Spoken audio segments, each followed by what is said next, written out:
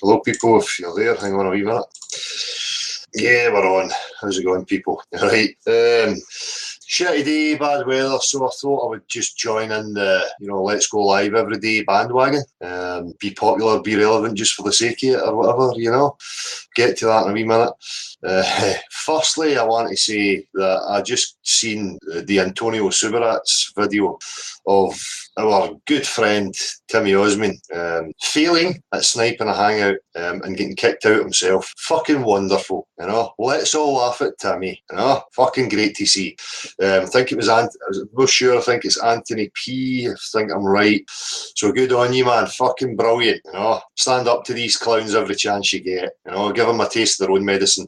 So it'll be interesting to see if young Timmy and his fucking illogical crew go away with their tail between their legs.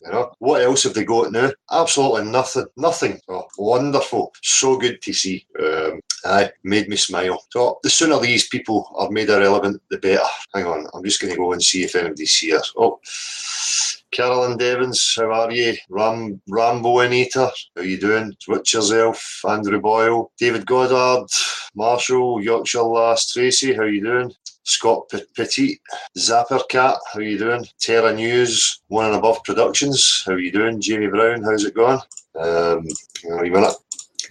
So as I say, I've got nothing to do today. I was going to get on the bike, but the weather is fucking shit as usual. So thought I would just, say hello and talk about a couple of issues. I'm going to go back again to the religious aspects of this whole thing. It was good to see Joe talking about, and making his stance clear and realising the fluff that is attached to this whole thing and why it is absolutely no need for us to be investing in any of that nonsense. The street interview John went out with a sign, put it about in Edinburgh, which was fantastic, and you can see the reaction of people pulling their phones out and having a look instantly. Now, I raised some concerns, which obviously we do these things and you progress them as they go. It'd be a good idea if you do that to maybe have, somewhere to direct people to, because as quite rightly pointed out, they might end up somewhere crazy, and looking at crazy claims and stuff. So, but again, it plants a seed and it gets people looking. We're going to do that again and employ the same thing probably and be along the street. I'm not going to say where we're going or anything, so put the sign up and then maybe along the street have another sign saying, ask us why it's flat or whatever, just to come at a different angle. People say, oh, you're approaching people in the street and harassing them. Well, it's not the case, but just to appease those fuckers as well, we will change it up and we'll have a different approach, just to show that you can affect people in many different ways. And again, Mindfulness the other day, who went to the football ground and asked people a prediction for the score, and at the end they threw in the earth's flat, or check out the earth being flat, whatever. Really good to see. So there'll be more activism coming up from us, and I encourage everybody else. It's that simple. You can make a sign and put it up somewhere. Sit back with your camera and video the reaction of people, and if you feel like it, try and maybe engage in them. You ready? Yep. I'm on live just now. So you hear? Are you going to be? I don't know. I'm going to study. So okay. I don't know. I see you. Okay. Bye. Bye. Bye. Thanks. Hey, so good to see. Now, I've seen this guy, Infinite Plane Society, who went in front of a panel like a council or something. Again, all activism is good. My only reservation with that is that, I don't know where that would go. Without the sway of a number of people, I don't know where it would go, or what. I don't really know what what they were setting out to achieve. But again, all activism is good, and it's really starting to take hold now, and people are grasping it. And with the elimination of absolute muppets like Osman, Timmy, no Osman, the Infinite Plane Society guy, by the way, who has a Z in the Osman. We know who we're talking about here. Him and the other illogical cronies who are here to defend a lie over the truth, and displaying themselves as an opposer to the common man's freedom.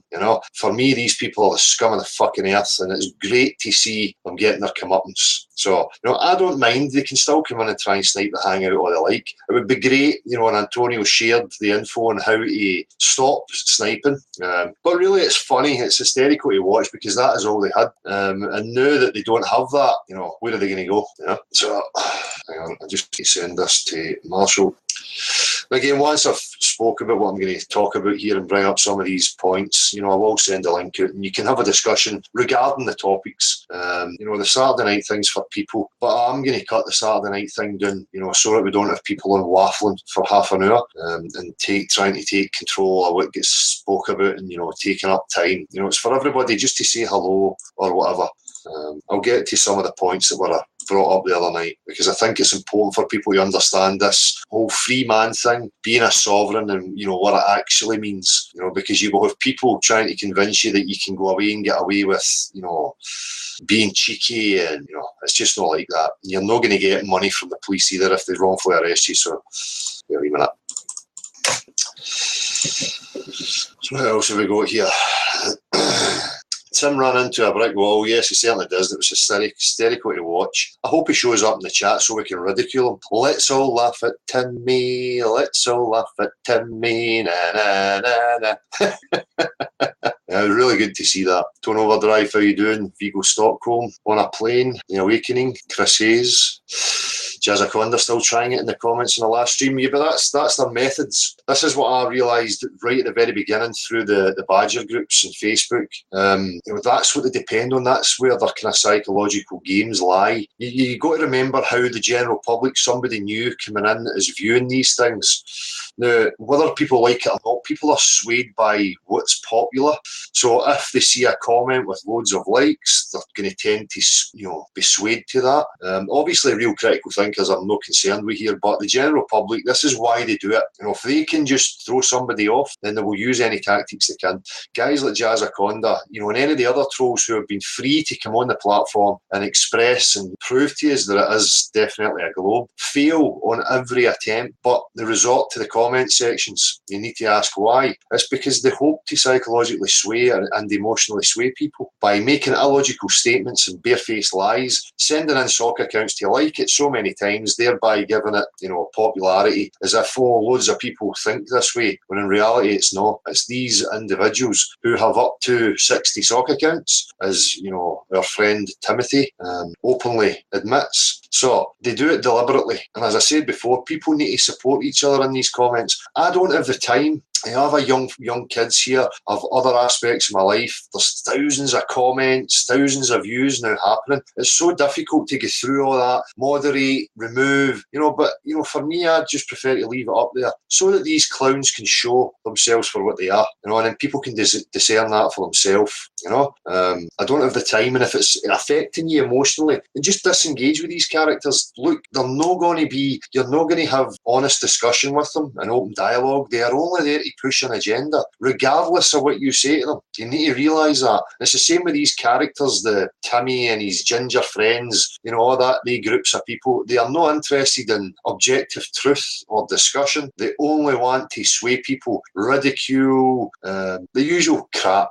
the same nonsense that we see within this whole system. And that's the problem with people. For me, this is a psychopathic structure system. So you have normal people become sociopathic, trying to mould themselves and fit into a sociopathic structure, psychopathic structure. It's just not going to happen. You're going to cause yourself problems. We need to cut the Stockholm Syndrome and stand up to it, as people are now showing that they can do, which is great. So, sorry, hang on. And again, there's so many new channels popping up, which is fantastic. Too many to keep up with. I see so many hangouts happening now as well, which, again, can't be good. But if you overdo it, people get too familiar. They end up doing it for the wrong reasons. I see far too many people who are interested in how many viewers they're having and, or how popular they're becoming. I mean, let's not forget the situation we're in here and what's really important. I've never been interested in popularity. I'm only interested in this truth, and how we get to it. And if truth is popular, then fine, but don't look to be popular just for the sake of being popular. You're going to do it a disservice. Hangouts every single day of the week, will get tedious. People will get fed up with it. And as I say, people start getting too familiar with each other. You get other complexities that start to happen, bickering, and it's up to you people. I mean, people can partake in it all they like. I certainly won't, because I know how these things go. That's why I've always been a loner, You get involved with groups of people. They become, over familiar, or they think they're familiar, and that familiarity then breeds contempt. And there's so many complex issues that come from that. Not a lot of people are at a level of mind where they can hold back from these silly wee agendas and egotistical problems. So I just remove myself and I don't get involved with too many groups. Not that I'm anything, I just know what I don't want to get involved in. If there was more people who didn't have these agendas, then fine, I would kind of warm to that. But, I can see these problems coming already. So that's all right. You're with me. Marshall, how are you? All right? You're going to dude. Right. Nice. Everything's cool.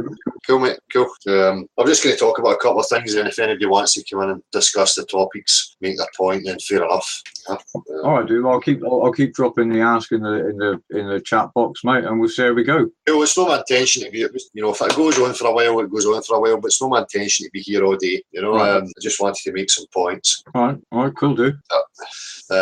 And one of my points is, as the common man starts to get traction, I predicted that, the establishment, whatever you want to call them, the Illuminati, the government, whatever you like, they will start then actively pushing it themselves to unravel it, which I think is happening. But you need to be careful of the activism that they try and display, because it can lead you into a false sense of security. As I say, no offence to anybody, all activism is great, but for me, if you're watching somebody who appears to be in front of a panel or whatever, and they say, oh, the ISS is fake, where does that log actually go? Have they got the weight of numbers behind them in order to cause an impact? Is it pressuring anybody to really look at it or whatever? I don't know any of the aspects of these things. What people need to be careful of is idolising. Don't sit and wait. It's the same for this platform. I hope people are not sitting waiting for us to go out and be active in the streets and to affect people, while you sit back in your armchair and watch. I understand that not everybody is capable of it, right? But just be careful where you're placing your attention. I know I can say with comfort that your attention being placed here is going to be secure, because I ain't no agent player. I'm only in this for truth, the objective truth, and always will be. That's where my passion is. I understand, the nature of the game. I understand how important and relevant it is for us to have that foundation, the knowing of where we are. So just be careful where you place your attention. Don't get caught up, because they will use these tactics in order to appease people, to give you the illusion that progress is happening and something is happening. But you really need to look into it and ask and question what progress is really being made here through these actions. And the same can be said for us here. If we are partaking in actions that people don't think is progressive, then we will look at it if you present it to us honestly. So, and again, I'm brought back to the religious aspects and religion involved in this. Now again, before I go into that, I'll reiterate, the whole thing. Natural science is the study of the objective reality as it is, undisturbed. It's the objective world that we all share. When we understand that, and we understand that we're focusing on the objective reality, nobody's personality should be coming into it. If you understand that it's not an emotional question, it's not a subjective question, then you can very quickly start to weed out the players and the instigators and the dividers amongst you, because it's an objective question that requires simple tools. It requires all claims to be provable, verifiable or falsifiable. And again, no personality, no subjective emotion required within it. So when you see these people focusing on that type of stuff and focusing on speculation, you know that there's an issue there. People often ask who the players are, how they identify them. Well, they're not going to show you their 007 badge. They're not going to show up in a tuxedo and a bow tie. They're not going to be talking like, yeah, it's 007. They're going to look like me and you, scruffy, whatever, and they're there to push out an agenda and play. That's how these operatives work. It's how they've always operated. They would never get anywhere if they stood out like a sore thumb. So their game is delicate to the untrained eye, but when you understand the overview of this whole question, you can then identify them very quickly. You also have to take into account that there is real people who are going through an emotional process, and they're just at that level of mind that they are at. But through time, they will progress. It's these characters who you see sticking to the same nonsensical stuff, the same illogical jargon, and then, maybe 6 months' time, they rehash it and they start it all up again. So when you understand that question, natural science, objective truth, we apply rationale, logic, reasoning, and again, all claims must measurable, observable, testable, repeatable. It should have scalability to it. If it's reality, you should show it in any scale. So when we know that, you can then identify these people, right, as pushers of nonsense, detractors, dividers. Okay, so, and this leads me out again to the religious aspects. And I want to be very careful here and show a bit of compassion to people towards this. And it's not that I have a bad attitude. Oh, just religion. I've said it and I'll say it again. For me, religions are dead. Religions, beliefs, faith, they are substitutes for knowing. They are results of this manipulation, as far as I'm concerned. If we had a true history, a tracing to our true origins, then none of us would have any of these religious beliefs. They would not exist. For me, they come about through fear, emotional, mental confusion. They then become comfort blankets and things for people to relate to, right? So, and I understand that, but people need to understand they are a result of this manipulation, as far as I'm concerned. If you doubt that or you think not, then let me know. Sorry.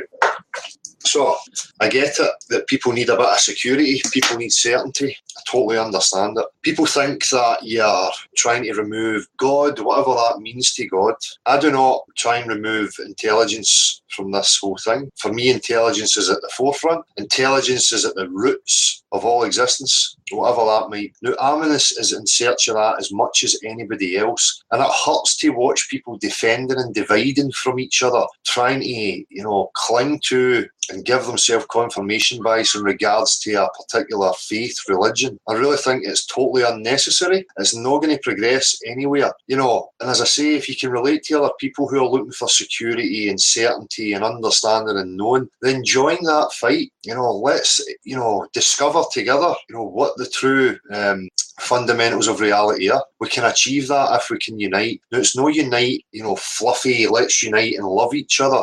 We don't like each other. We have differences in our personalities, our outlooks. We have so many varying differences. We don't have to like each other, but we need to try and come to a common ground, which is establishing where we are, who we are, and why we're here. Now, people who jump to these religions have obviously had these questions in their life and they've settled for a substitute, which is fine. And I don't care about that, but when it's brought to a public arena and it is pushed and tried to, the people are trying to attach it to a subject that I'm passionate about, then I'm going to speak out about it, right? And again, the psychology, it's ridiculous for me. If I give you the analogy again of people being held captive on a group of islands their whole life, and they're given the books, the literature, they have libraries, they have all these stories and ancient texts and all these ancient stories about who they are and what went on in the past. And then they discover that, the very foundation that they were told is a lie, that the islands are no part of a sphere, that there may be the possibility of something else beyond. These people are not going to resort back to the very same books and stuff that they've had all that time. They're going to look for new, they're going to explore and find out what the real truth is. Right. So, my point is look, I empathise with people, real people who have that, looking for that security and certainty. But what I don't empathise with is when it's brought into this subject, pushed and argued, and then I'm told that, I'm trying to hide God and I'm a detractor and I'm working for Satan and all this fucking crazy stuff, right? People need to let that go. This subject stands alone. This question stands alone. And I always knew that. It'd be so difficult to get it moving and get the masses involved if you have these other touchy subjects flung in with it, right? Because it's just going to cause so much division. When you keep it simple, you express it to people that it is science, it's real science, and we stick purely to the facts, then you can start to affect people really quickly, especially in this day and age where science is pushed as the God, the answer to everything. So we can use that and use their tools against them. So there really is, as I say, I'm going to probably repeat myself here and mumble a bit, but I've got these questions just the same as everybody else. I have love in my heart. I want justice. To think, oh, well, justice will be served in some other higher realm and people will be held accountable for their actions. And, nobody would love that more than me, for people to be held accountable for their actions. But I have no proof that that is the case. What I witness here, the nature of this place is do as thy will. It's not a theory or, something from Aleister Crowley. When these people come out with these things and these statements, for me, that is an observation of the reality that we share. It is do as thy will, and that's it. It extends right into the animal kingdom, It's not something to fear, right? It's just an acceptance of the reality that you're in. And because you accept that and you realise it, it's not automatically going to turn you into a nihilist or, a demon or a devil worship or whatever people want to call it, It comes down again to people taking responsibility, And I agree, I've seen a female, I can't remember the name right now, who spoke about crime and being criminal. And for me, being a criminal is pure and simple. Do not impose your will upon anybody else. And that's it. People should be free to express themselves and do what they like. As long as they're not coming and imposing on my free will, then there shouldn't be an issue. But what we witness these days is, a serious imposition of free will and bullying tactics, because we are run by mafia. People think that there's these groups and politicians and stuff are there to somehow help you. These are mafioso. They don't care. They don't abide by what I call common law or a golden rule. Well, it is their golden rule. They just do what the fuck they like. But the majority of the suffering with people comes through their ignorance, and that's it. People don't take responsibility. They are subject to this because they don't understand that it's about consent. And consent is internal. You make the rules in here. You're telling yourself who you are, what your powers are, what your capabilities are, what governs you, what you buy into, what limits you, what doesn't limit you. You're the one that's creating all these rules within your own mind. Right? It's as simple as that. There is nobody running about physically wiring your brain. You need to start analysing. People need to analyse the contents of their mind and think about why they think the things that they're thinking, why they believe certain things, why they behave in certain ways, and look at it and see if it comes from a natural source, if it's your choice, or whether it's influenced into you. But even if it's an influence, you still make it a rule within your own mind. So, an example of that, in our culture, you're brought up with an idea that when you're older, you'll get a job, you'll get a woman, and that what a relationship means with a woman. And then you start telling yourself what a relationship should be. And then you've set the rules up, and then you enter into a relationship and you're trying to, play it out according to the rules you've made, rather than looking at it reality for what it is. And then people get disappointed, they get hurt, they get so many problems happening in their life because they set the rules up and then they're let down by their own standards, their own rules that they set out. So rather than playing these games and taking on board your cultural programming, just look at reality for what it really is. Look at people for how they really are and how they really behave, and set yourself up for that. I discussed this with Marty a couple of weeks ago when we were talking about optimism, optimists and pessimists. An optimist will be let down. A pessimist will never be let down. A pessimist will have bonuses. And I think that's quite funny. Don't expect too much, and then analyse what you expect and analyse your beliefs and your programs. Blah blah blah. I'll probably not make too much clear sense on it. I'll do another vlog, get into that in detail. But getting back to the religious aspect, as I say, I do not remove intelligent design from it. I think it's preposterous for anybody to think that, randomness can produce matter and life and complexity, consciousness. It's absolutely ridiculous. For me, it's design. It's intended. Now, what that intention was and where it stemmed and originated from is an ongoing investigation for me. And I just wish people would come to that ongoing investigation. It's there to be discovered. When you have that option of the discovery, why would you then opt to still cling to a belief and argue and cause a division because somebody else who has an opposing belief is going to stand their ground? And nothing ever changes. We're supposed to be moving beyond this. I thought we had learned the lessons. It doesn't appear to me that people are learning the lessons, like I'm running in circles. Religion, faith, belief has absolutely no place in this question whatsoever, right? Even if it says in your religious book, the earth's flat,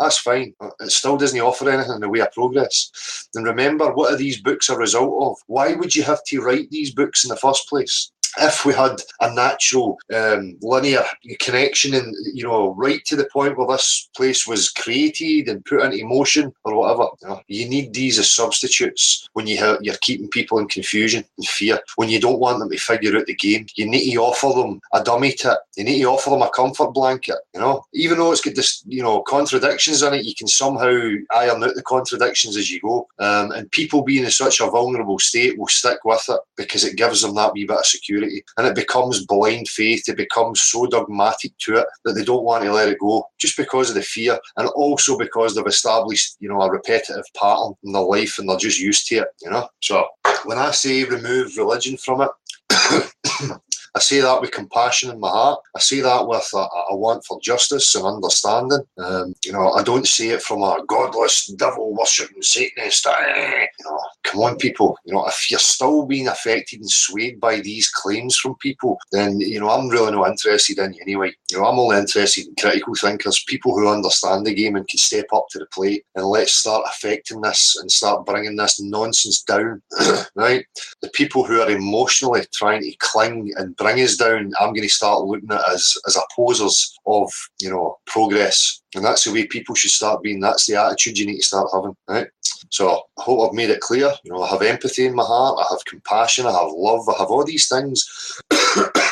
Which, by the way, when you're honest with yourself, you can go inside and people can label everybody psychopath, narcissist, nihilist, you know, empath, loving, caring. You know, all these labels are part of you. If you have not got the ability to go inside yourself and recognise the nihilist, the psychopath, the empath, then you're always going to be sitting on one side of the fence, not understanding what's really going on. Right? If, you know, I'm met with psychopathy, I can bring myself to the mind of a psychopath and I can mirror it. If I'm met with empathy and love and care, I can bring myself to that and I can mirror that too. You know, have a guest. Hello, can you hear me? Yeah, I can hear you, man. Dan show. Killer Can. What? Yeah, greetings to everybody in chat. Greetings to you, Dale, to all the other guys.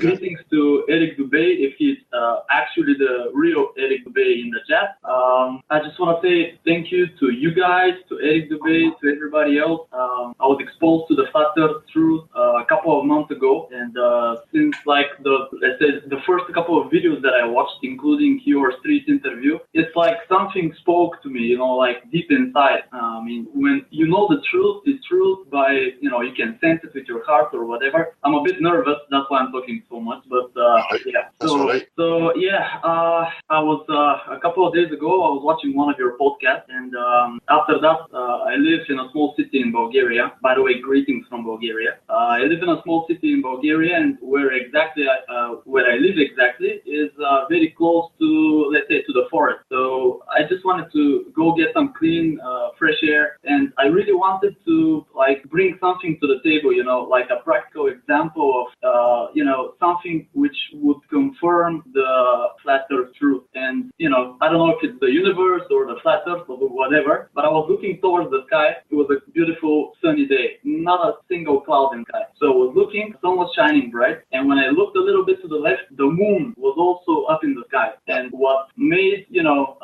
an impression on me was that the moon was not full. And so you have the sky, you have the sun over here, you have the moon over here, you're on the ground, there is no solid barrier between the two, nothing which would prevent the light from the sun to illuminate the moon fully, and the moon is not full, you know. So I mean, that to me, at first I was like, okay, it took me a couple of moments to realize it by our knowledge of how light spreads and how it illuminates everything from you know how it works, you know how it spreads. So if the sun is here, the moon is here, there is no solid barrier between the two, then why not the moon fully illuminated? Yeah, so, good point. It was the same. It was the same here for, you know, in the last few days. It was the exact same here in this sky, and I've pointed that out to so many people before. Thanks for coming on, by the way. You know, just throw that in there. I appreciate it. I know how, you know, nervous people get, and it's not an easy thing to come on and speak in camera. So I really appreciate you coming on, man. But it's the same here, and you know, it's simple. You know, if I have a light source here and I have another source here that somebody is claiming is reflecting this light source, I shouldn't have an unlit portion if the light sources are directly opposite each other. Absolutely. Total nonsense, you know, and that simple observation alone debunks, you know, the nonsense that they try and tell us.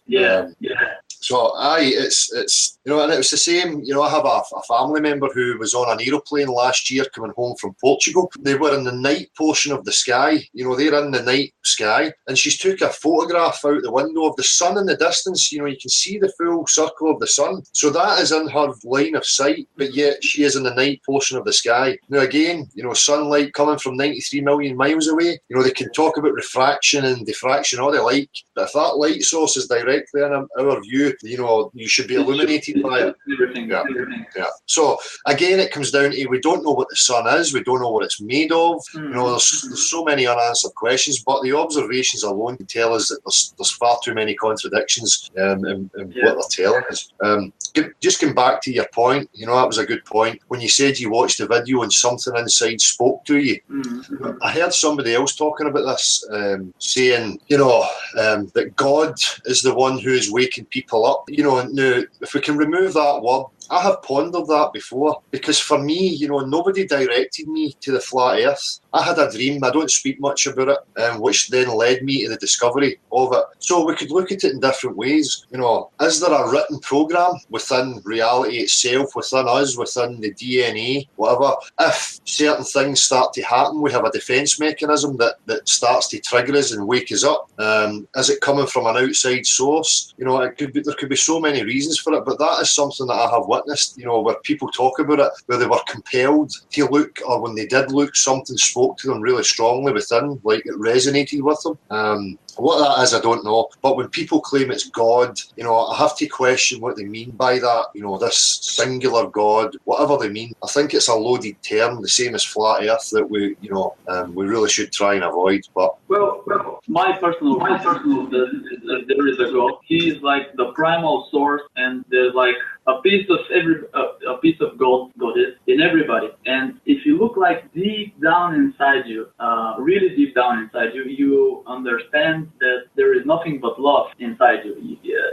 Hate and fear, all those are like external, let's say, emotions which are produced by external factors. But if you look really deep down inside you, you will know that you do not want to hurt anybody. You do not want to spread false information which will lead to, misguiding somebody or hurting somebody in every way. So deep down inside, I believe, that word, I believe, but I believe that it's love. It's like pure 100% love, and that is God for me. And yeah, I kind of agree that it's, there has to be a level of harmony in order to get anything created or anything done.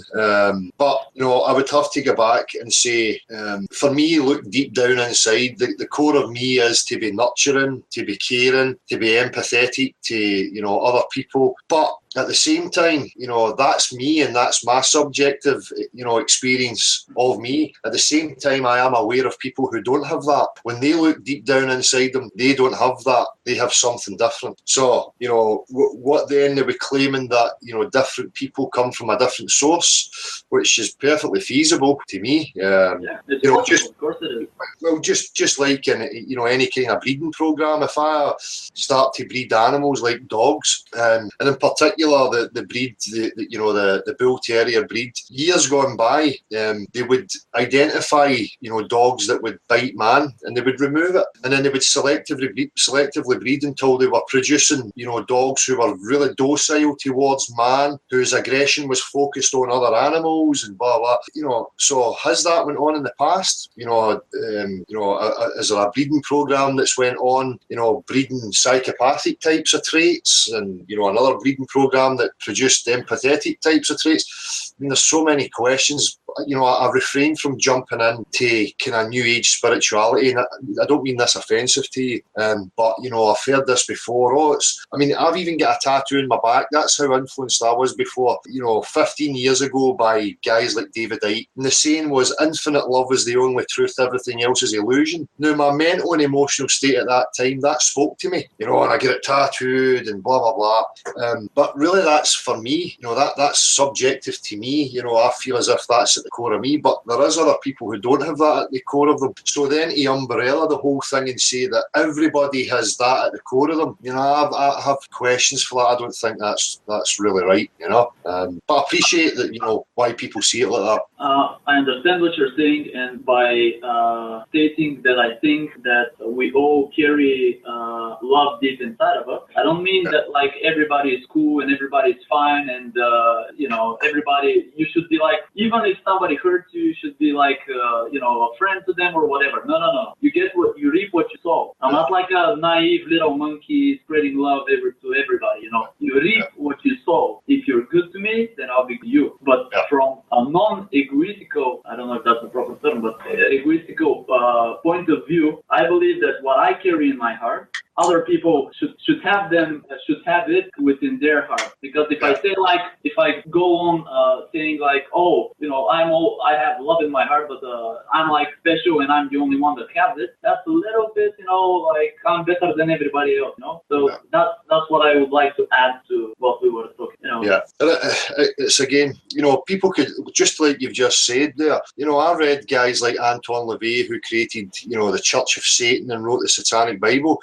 Now, the description you just gave me of yourself, somebody could say you're a Satanist. You know, that's what happened when I read that book, and I read, you know, and realised it was a book of common sense and being responsible to yourself, being responsible to the responsible, you know, placing your affection in the right places, not turning the other cheek to people who are bringing you strife and imposing on your will. You know, and for me, if this is where we have to be, that would be the logical, you know, outlay of how we should conduct our lives. You know, but the problems we have today is that we have so much imposing on people's free will that it's causing, you know, so many criminality, you know, criminal behaviours, psychological problems, emotional problems with people. You know, and it could be very simple if people just learn to keep yourself to yourself. Don't impose on anybody else's free will. Then we would all get along a lot better and a lot easier. But we have everybody trying to control everybody else and impose what they believe and their subjective wishes onto other people, and it's causing, you know, mayhem. If somebody comes to me, even as a kid, I had that in me.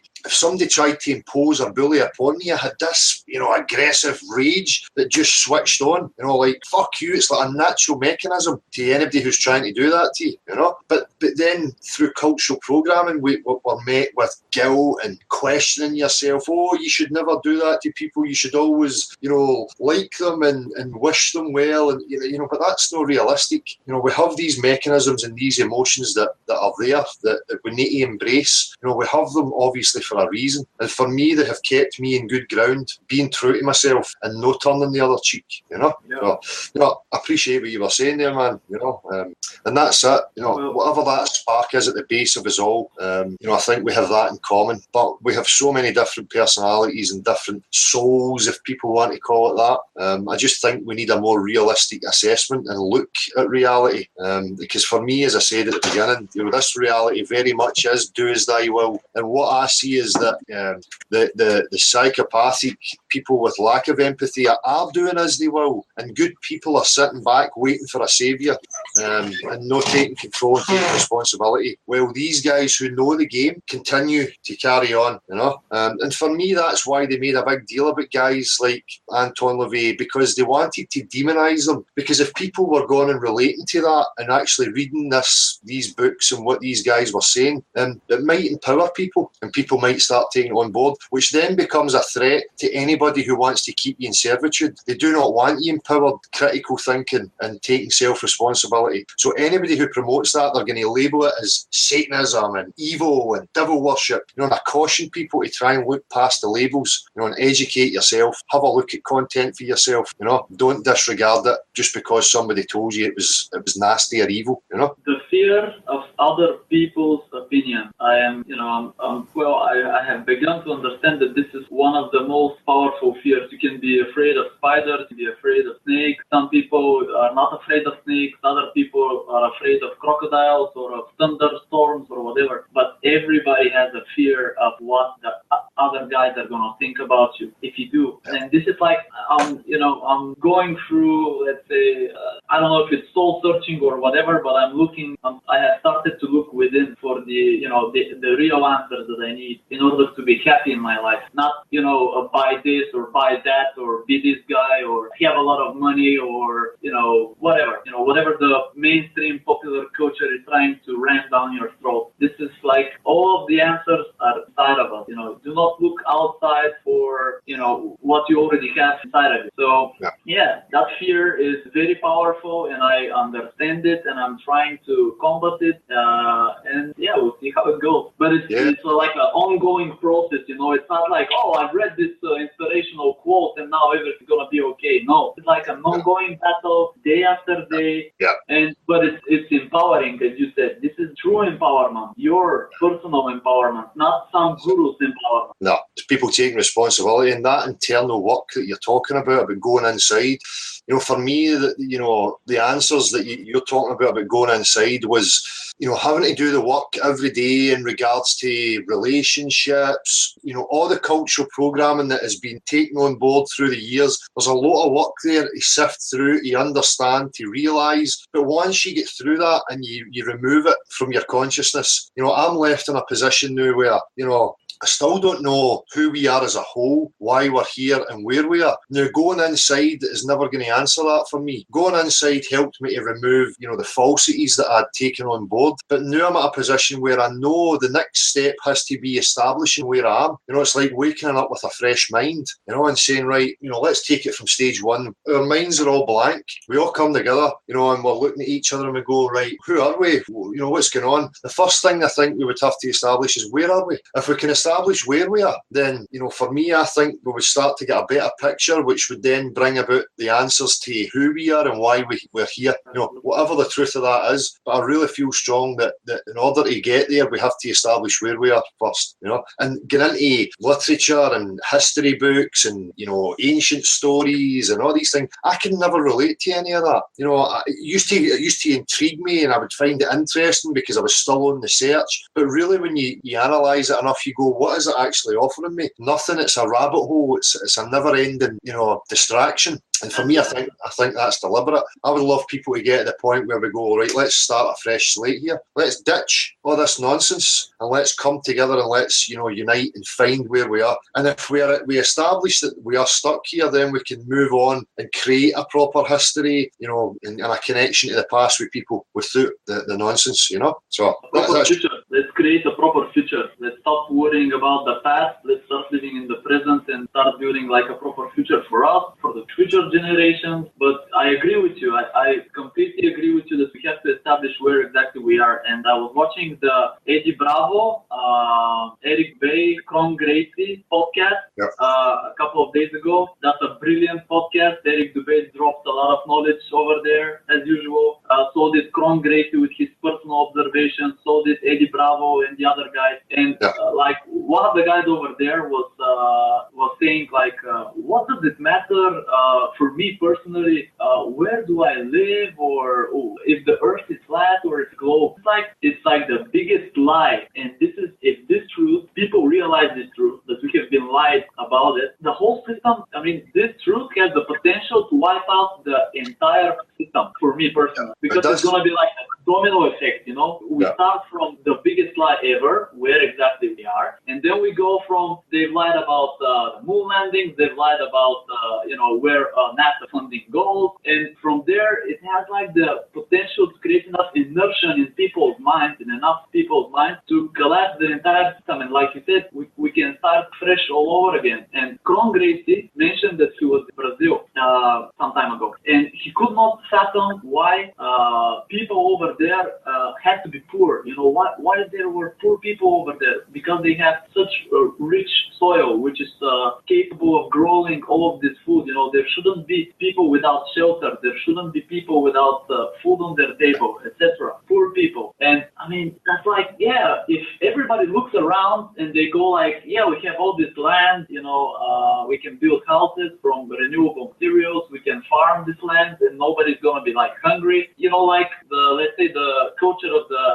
Aztecs or other South American tribes, at least what I have read, that food was, they didn't have money, and food was kept in like, let's say, a public storage, and you know, it was distributed freely to everybody. Why can't we have like a culture or a society which works like that? It's possible. It's absolutely possible. Yeah, it's being discouraged though. And just to, you know, reiterate the point we were saying about, you know, this understanding, you know, can bring the whole structure and the system down. It does do that, but the most important thing is that when you realise it and you do the work, it brings it down within the individual's mind. That's where it's important. If you can bring that structure down within somebody's mind, then it ceases to exist or hold any relevance in the objective reality that we share. The most important thing is dismantling the structures in people's mind, you know, and it's up to the individual to achieve that himself. You know, us going out and, you know, protesting and, you know, getting into the street, you know, that's not going to happen. That's not going to achieve anything. That's just going to keep us in the same level of mentality. It's people doing the work within that topples the structure, you know. That's it, you know. A revolution on a personal level, let's say. Because in Bulgaria, you know, it's a wonderful country. We also have like very fertile land, etc. We have a good, let's say, geographic position, but we're still poor. Like, let's say the average salary in Bulgaria is around, let's say, 300 euros. Can you imagine that? Living 1 month with 300 euros. And there were like large protests against the government a couple of years ago. And a lot of people gathered in the capital city. And, you know, it was like a lot of fireworks for a couple of days. You know, people were like, you know, they seemed to be together, but nothing in the end worked out. And for me personally, I think that not everybody who was on the square in front of the National Assembly knew in their mind 100% why he was there, you know, like why he needed to be there, why he needed to protest against this corrupt government or whatever. And this goes for everything, even for flat truth. It has to be a personal revolution. Before we go to the street, everybody should know in his heart and his mind why he's going there, why this is important. That's it. That's what I was making the point about earlier. Before we go, you know, forcing, you know, authority or any of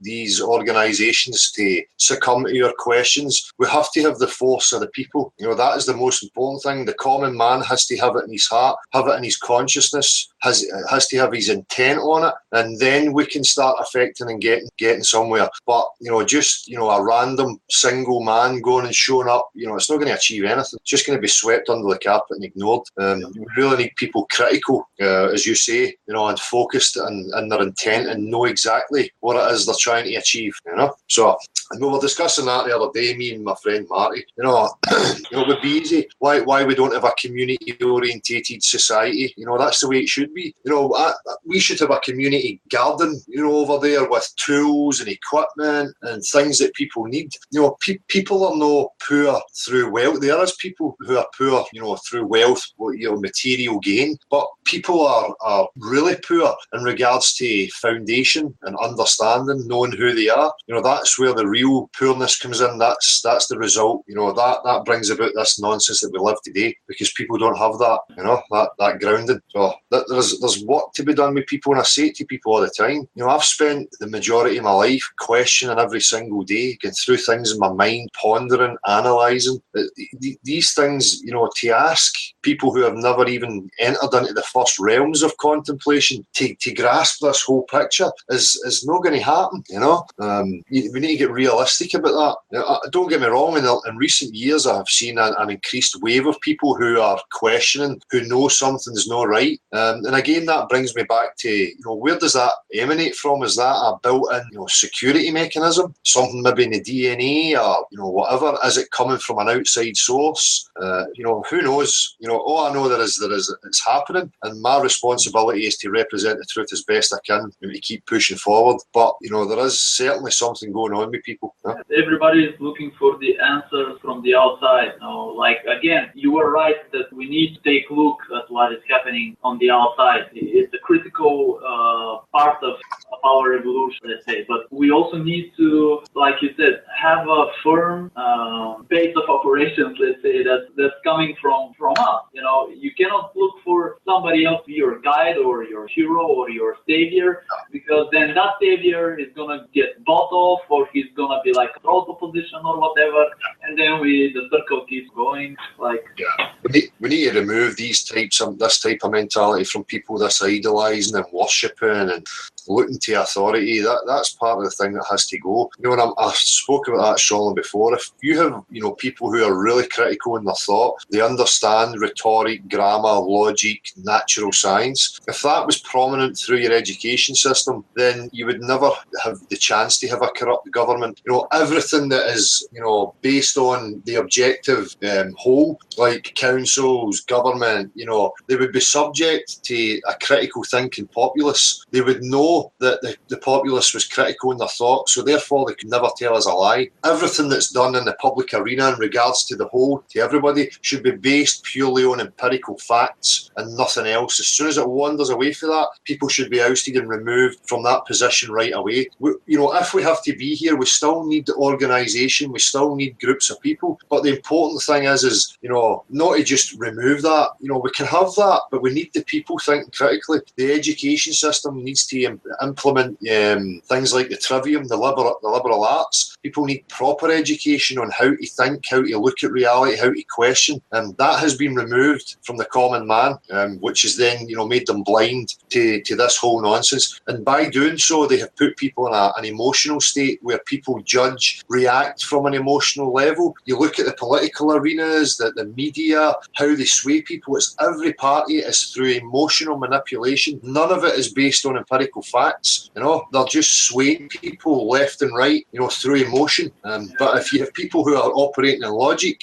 rather than emotion, and their responses are logical, then that all falls apart instantly. You know, you can't have that when you're dealing with logical people. You know. Yeah, when thinking about education, the educational system, let's say there are like two possibilities. Let's say you're studying physics and you can really understand the matter, and you can show the teacher that you really understand the matter, or you can like try to remember as much as you can in your mind, not really understanding anything, just say the magic word to the teacher and he's still gonna give you a good grade. So how is this system promoting actual thought process? No, it's like parroting whatever is written in the books. And I was like, I finished my university education, whatever, and I was when I was, let's say, first grade in my higher education in the university. I thought that, you know, wow, it's gonna be like hard, and I really have to put a lot of effort into this. And when I got to it, actually, all it came down to getting good grades was like making PowerPoint presentations with some push information which you copy or you download from Wikipedia or whatever, and you present these neatly presented papers about some subject, and you get like a good grade, and you don't have to make. And the scariest thing is that the teachers did not try to provoke us to actually think this was enough. This was enough for us to get our higher education, you know. And this was like one of the things that made a solid impression on, like, where are we going, you know, like, what are we doing? That's the power of that. And, you know, how they make it even more powerful is, you know, as you say, they want you to copy and paste, but the powerful part is when they say, but put it into your own words. Because then, you know, if you're putting it at your own words, it reaffirms it. Oh, I'm invested in it. You know, it becomes even more true. You know, and really, it's not a truth to you. The fundamentals of education should be in the liberal arts, as I speak about many times. And I encourage people to check it out, especially the trivium. You know, if you're, you know, educating people on how to think from the very foundation, you know, that's what should come before anything. Before you start trying to, you know, offer any, you know, information to people, they first have to be critical in their thought. You have to instill that in them, but we don't see that. You know, they're telling you what to think and then repeat it. They're not teaching you how to think and then offering you information that you can then discern and assess for yourself, information which you can then bounce off of your other, you know, classmates or whatever, who are also educated in things like rhetoric, grammar, logic, reasoning. So then when you you bring something to them, they have the ability to look at it, analyse it, come back at you with, you know, flaws or contradictions. And we can all assess it, we can move on, we can disregard the rubbish, and we can identify what is really true, and we can move on. But they don't have that in the education system, especially here. I can only talk about my experience. It's pretty much don't question, sit there and do what you're told and believe what you're told, and that's it.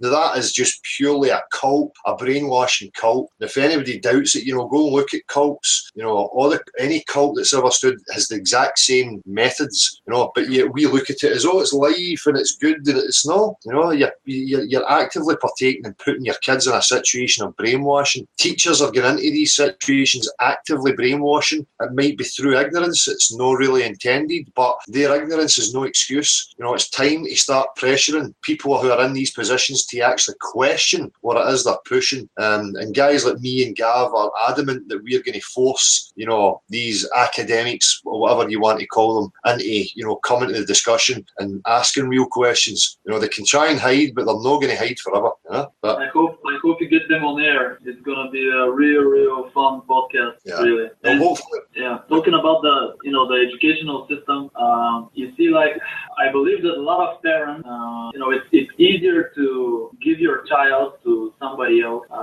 from a very early age. You know, we have like this. It's like a kindergarten, but for babies. You know, Yeah. and the idea that you give your child to somebody who you don't know how he thinks or whatever for 5, 6, 7, 8 hours a day, and they teach him whatever they teach him. You don't know what exactly they are teaching him because you're not there. Yeah.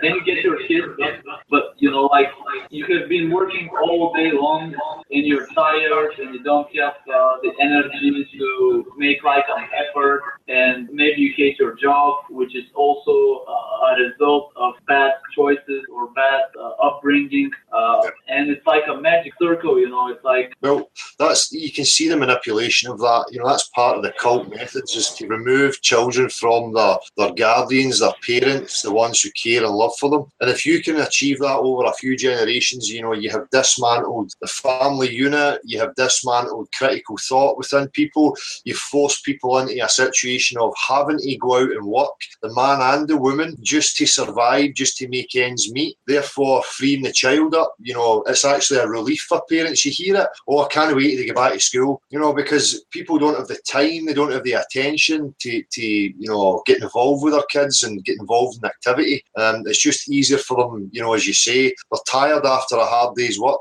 they just want to come home, have their dinner, vegetate on the couch, stare at the TV for an hour, go to their bed, and then get up the next day and repeat, you know. And at the same point, your kids are away, once they come out of school, you know, they're then away to this club or that club or a dance club, you know, and they're into all these different factions where they're being constantly bombarded with, you know, societal programs, you know, ways of thinking, how we behave, you know, what you should fill your life with, what life's about. There's so many aspects of this whole cult that really needs to be looked at. But for me, that was a deliberate tactic ploy, was to dismantle the family unit, you know, and take the kids away from that, and take the responsibility away from the parents, you know.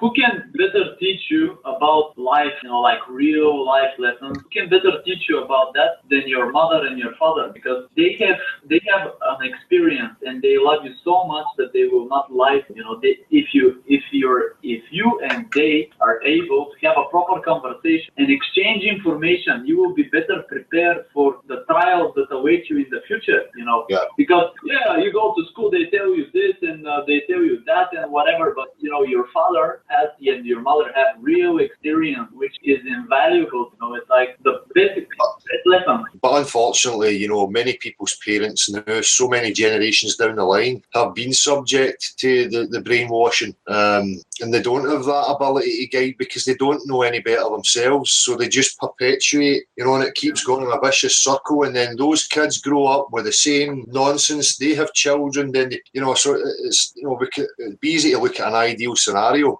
In the future, that's what I would like to see was parents taking responsibility back. But unfortunately, we're maybe 6 generations down the line of this intense programming, and people are in such confusion that not everybody's going to guide or share a real experience that's going to really benefit anybody. What can the last few generations really share in regards of experience? Oh, I've had success at a job. Oh, I've had, it's experiences that are based on a false creation in the first place. That's the problem. Nobody has proper grounding. Nobody knows the objective truth. So what can we really teach the kids? Nothing. The only thing I can teach my kids is how to be critical in their thought, how to discern and how to analyse and look at, what's being brought to them. I can't offer them anything in regards to this is how we should behave and this is what life's about and this is where we're going, this is where we've been, because I don't have any proof for any of that.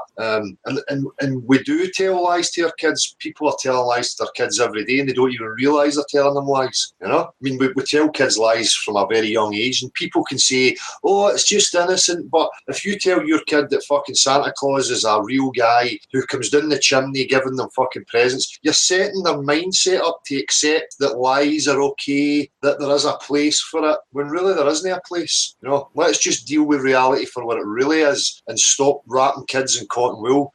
Give them to it exactly how it is and let them, evolve for that. Yeah, in order to to understand what is actually going on, you have to take like a step back, try to separate yourself as much as you can from the system. I'm not saying like become a hermit, go into the mountain. Well, actually, that is going to be beneficial too, I think. But you have to remove yourself from the system, because a couple of months ago, I was working in a transport company. I was a dispatch, and I was working. I had 12 drivers, and I was working with them.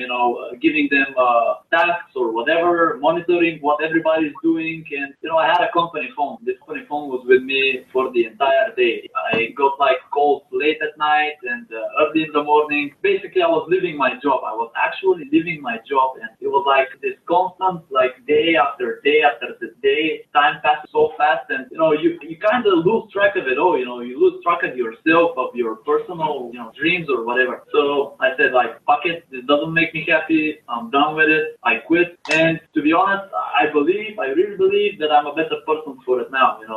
Yeah. That's the problem. We get stuck in repetition and we get into bad habits, and nobody's really living their dream or fulfilling their potential, their creative spark. None of that's happening. And I think that's what's really getting to people. That was something I realised a long time ago. Was this it laid out for me? Never ending chasing my tail for money just to survive. That can't be all there is. But again, I can look back at the deliberate attempts to suppress creativity and that curiosity within people. I think that had to be important, because you can't have people again being critical and then having that explorer type mindset and being free to express. And we've seen it. Look at the amount of people who have created or invented great, wonderful things that would be beneficial to us all, but it's deliberately kept back. That alone should be alarm bells ringing for people. Why are we not pursuing an avenue of the benefit of the whole? And living in a city doesn't have to be a bad thing. I quite like cities. It's the mindset of people that's a problem for me. The cities in themselves are not really a bad thing. Some people like to live together and have that type of lifestyle. Some people like to be loners, go out into the countryside. It's not really the setup of the matter. It's the state of mind that people are in that's a problem for me. If people can just flip their attitude differently, then things would change. Yeah, when talking about cities, right now, I don't know if I can turn the camera around, but I'm looking at a Soviet era apartment building, which is about 7 stories high. It has like, let's say 3 entrances, and you have like, I don't know, 200, 300 people living in a very confined area. And I personally don't think that this is like normal. And because when you're living in such a cramped space, you always have to think about somebody else, like this intensifies the fear of other people's opinions. When you're not free to turn the volume up in your own house, or walk around naked, or whatever example you might want, this suppresses the spirit, I believe, the human spirit, the spirit of expression, or It's not normal, man. I totally agree. There's so many. Again, it's based on the level of mind people are at. But I touched on it earlier. There's so many complexities to living life like that. And one of the main problems, especially in a high-rise tower block, is that familiarity. You know, the false familiarity that people start to have, and then that familiarity breeds a contempt where people think they know each other. They get familiar with each other's habits, bad habits, good habits, and they all start, you know, bickering with each other, and it causes so many problems. So I quite agree. Again, you know, confined spaces, I don't think that's the way it should be. I think we can do a lot better than that. But you know, again, it comes down to the attitude and the mindset of people. You know? If people could live in a high-rise flat in peace, if people had the right, you know, type of mindset, but still, very good sound insulation, you know.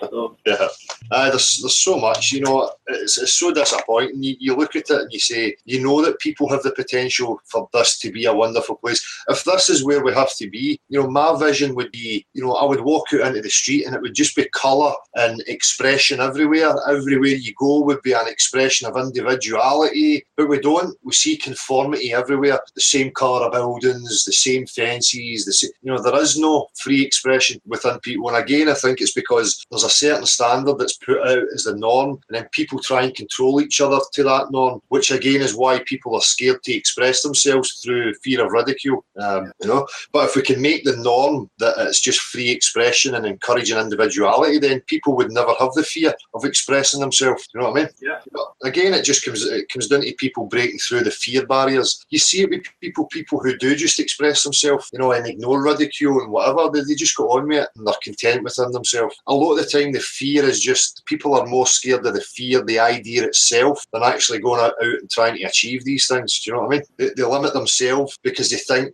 it's going to be something more than it actually is. And if you can push through the fear and overcome it, and then just express yourself, you will see people who will want you, who will give you encouragement and support you, and it will be a minority of people who want to hold you back, pull you down, ridicule you, you know, and make you feel that fear. For me, it is a minority. You know? It's like this duality, you know. Let's say I have like an idea of something that I would like to do, and when thinking about it, purely thinking about it, it's like it brings joy, you know. This let's say this idea brings joy to my mind, but after a small period of time, I start thinking about, you know, what if I fail? You know, what if I fail? What's gonna happen? What are other people gonna think about me if I do this? If I spend all my resources into something which is not gonna be successful? And it's like, you know, you really have to break the fear barrier you were saying. Yeah, the fear holds people back in so many aspects. And really, if you just try and you push through even a little bit, you realise that the fear you had created in your own mind, you had given more significance than what the reality actually is. Your reality is never the same as what you think it's going to be in your mind, you know? But that self-governance is exactly what they want. They want people to govern themselves like that and to have doubt within themselves rather than being empowered and confident, you know? But again, it's just a result of this structure that's been put in place. When you have a minority who thrive within it, and the majority don't, because the majority of people are no psychopathic in their nature. The majority of people are empathetic, they're community orientated, they want praise for helping others, they want to help others get on, they want to benefit other people. You know, I'm speaking for me, but my experience, I know that's at the core of the majority of people I meet. You know? But we have this minority who has convinced us that they are the minority, the majority, you know, when the reality is the total opposite. They are insignificant in comparison to the common man. The man who has empathy, compassion, nurture, care at his heart, you know. And when we were talking about these inventions that can benefit the whole of humanity, why do you think that most new technology is first introduced, you know, in the military or like for military use? Internet was, I believe, at least that's what they say, that internet was like developed for military purpose. It wasn't developed for like spreading information and whatnot. So everything this elite always look from the militaristic point of view. How is this going to benefit the military? Better kill each other. Yeah, that's it. Then they give a slow release. You know, it's the same with the TV and stuff. People think, oh, it's just a guy who randomly discovered. No, I don't think so. I think it was an active, you know, how do we get a device after radio waves? You know, we can go one step further and actually have image. Oh, great. right, let's devise this box that we can have right in people's homes, and then we have the opportunity to dictate and propagandize whatever we like. It's a weapon, you know, and especially in the West, it's being used as a weapon. You know, again, the TV is not necessarily a bad thing. What it's being used for is a bad thing, you know. Talking about these boxes, I don't know if you've probably heard about the Xbox and the PlayStation and whatnot. You know, these game consoles you play FIFA on, and they started introducing these add-ons to these gaming platforms like the Xbox Kinect or whatever. And basically, they're like a high-tech camera, which they say that in order for it to work, you must have constant internet connection. And when I heard this for the first time, and actually a lot of people, there was an outrage, you know, because they made the connection to, okay, so there's a camera in my living room, which is actually like, I don't know if it's like thermal capability, but it's always on, and in order for it to work, it must it requires a constant internet connection. So like that's like a red flag for me, you know, and for a lot of people. Yeah, sorry. Crazy stuff. Yeah. Yeah, as I say though, you know, it could be used for the benefit of people rather than to suppress and, you know, keep people in control. So, you know, the television and these things are not necessarily bad. It's the message that they push across through these devices that's the issue for me, you know. Aye, that reminds me, you know, I don't know if anybody's aware, you're just talking about game apps. I don't know if, you know, Patricia or Mark Sargent's about, but my partner, she plays like puzzle games on her iPad, and she went to the App Store, you know, for games, and there was Patricia Steer and Mark Sargent, I think somebody else there. You know, so I don't know if they've got a game out, you know, I don't know what that's about, if anybody knows anything about it. It was quite interesting to see them appear up on a game app store, you know. Yeah, I didn't quite understand that. I mean, what about the App Store? Sorry. Yeah. And also the news. I don't know if, let's say, Bulgarian news. There's like this small presentation which is just about when the news are about to start. They run this like small movie of let's say current events or whatever, and it's always people carrying guns and space shuttles and the globe or whatever. It's like now it's starting to make a lot more sense than it used to before. They're always starting with the worst news possible. You know, how many people died in road accidents, but they don't talk about why these accidents happen.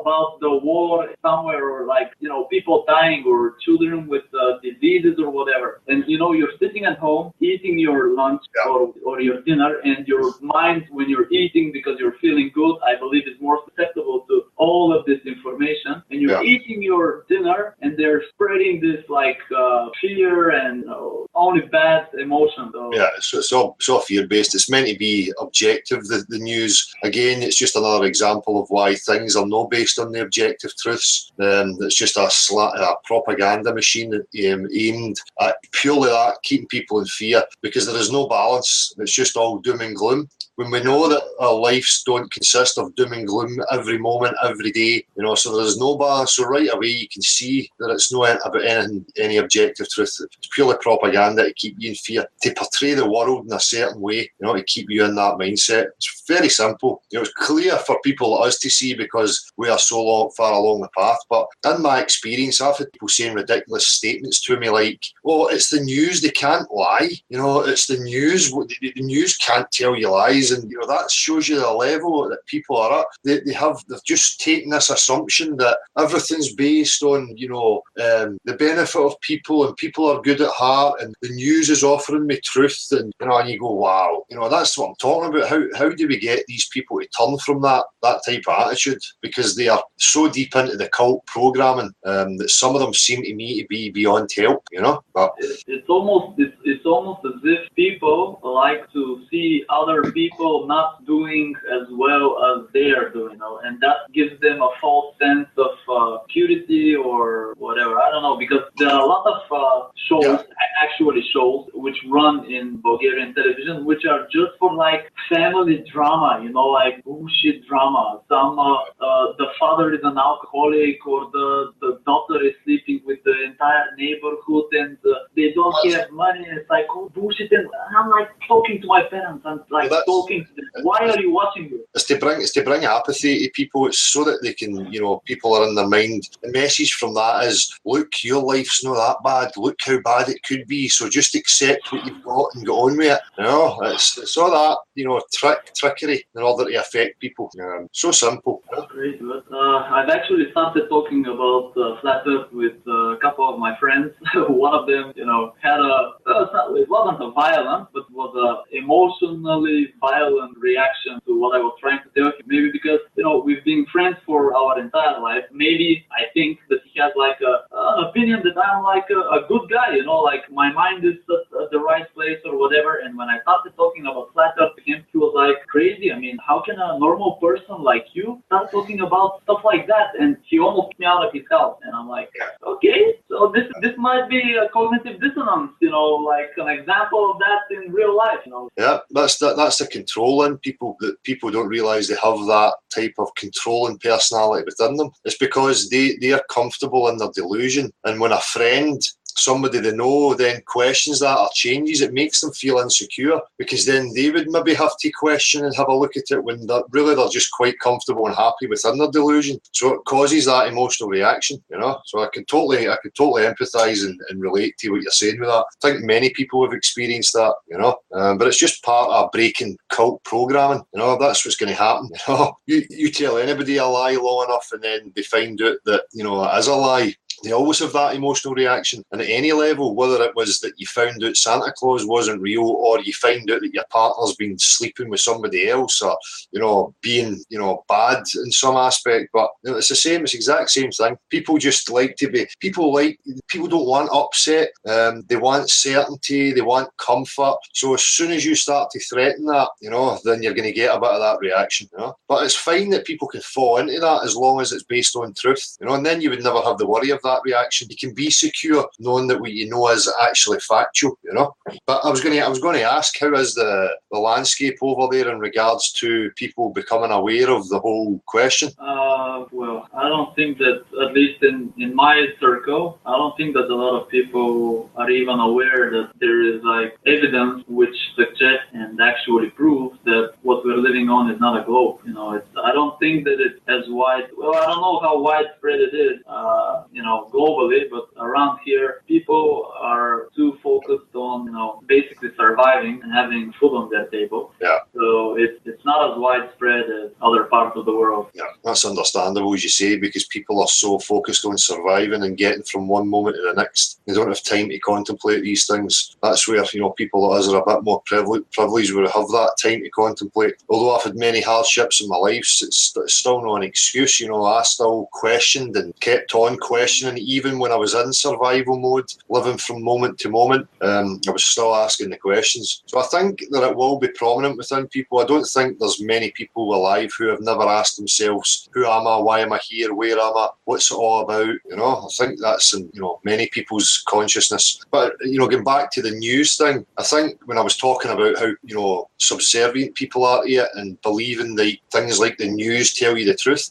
that's another good aspect of this whole thing. If people then become aware that, you know, institutions like NASA have been telling lies and it's been promoted by these branches, and they see how big that lie is, that would trigger them into a state of mind of, wait a minute, you know, I'm not going to believe anything anybody tells me from now on, which can only be good. You know, the sooner people stop believing and taking things on faith and through ignorance, the better, you know. I just hope it's enough, because the beginning of the stream, I believe that you are talking about, you know, the establishment slowly promoting the flat earth truth, you know, themselves, in order to maybe pacify the possible outburst of rage of people, or you know, and I hope that doesn't happen, because if that happens, I don't know what else is going to wake us up, really. But well, they know, as I say, they know that they can play to that, because people want security, comfort, certainty. So if you can build people up into a frenzy, and then offer them, your solution or your next revelation, then you might just have a chance at keeping control of people. They're going to have to if they want to keep control. The globe is over, and I'm sure that the ones at the top of the manipulation are smart enough to realise that it's over.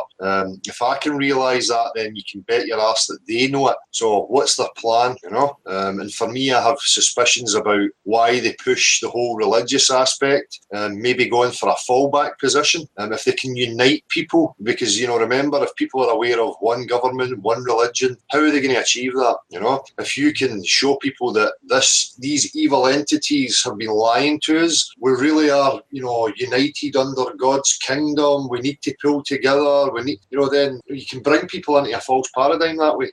That's what my concern is. I hope that is not what happens, and that people don't accept any more of the bollocks. That's why I think it's important for people to understand critical thought, how to discern, look at information and analyse, the intent behind people and what they're telling you. That's where the crucial parts lie for me. It's giving the individual that empowerment and level of understanding, so that manipulators don't stand a chance. But if the majority of people are still in that same mindset, reacting from emotion, then there's a good chance that they could sway people into a new paradigm and keep it alive. They'll probably throw some people under the bus when it happens. NASA is not going to be, it's not going to make it, but yeah, I hope that doesn't happen. I really do. Well, that's the simple way out, isn't it? If you're, say, a president, I've just discovered this. We were subject to these lies the same as everybody else. You can't blame us for believing it. Just trust me. Yeah, that's it. And as you say, throw NASA under the bus, take them to court, point the finger at them, give everybody they're hanging in the street, and then everybody will be appeased by that, and then we can move on. So, that's the way I can see it unfold. I think that's what's happening. I think that's why deliberately things like bubbles in space and bendy doors and wires, I think these things were let out deliberately, because, if you're trying to really keep that lie going, you would be meticulous on, letting these things out. None of these things would ever came into the public arena, but they have far too easily for me. So you have to ask why, Yeah, okay. We'll see what's happening. Keep on spreading the truth, and we'll see how it all unfolds. What's up, man?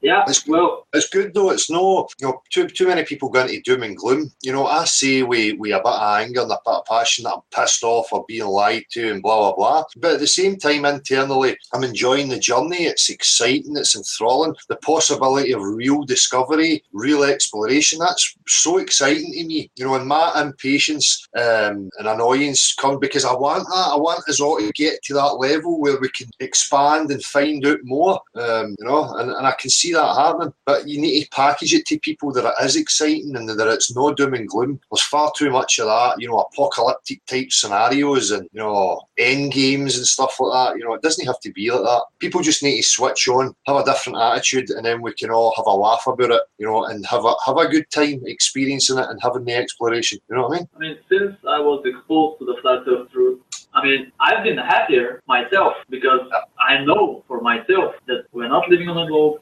This is not an accident. We didn't evolve from monkeys. I didn't believe in the whole evolution and this theory even before the flat earth truth. I never believed in it. But it really is exciting, the possibility of more land, of actually finding all answers to all the questions that matter to every individual. It really is exciting. So no matter what happens, it's exciting time, sure. That's it.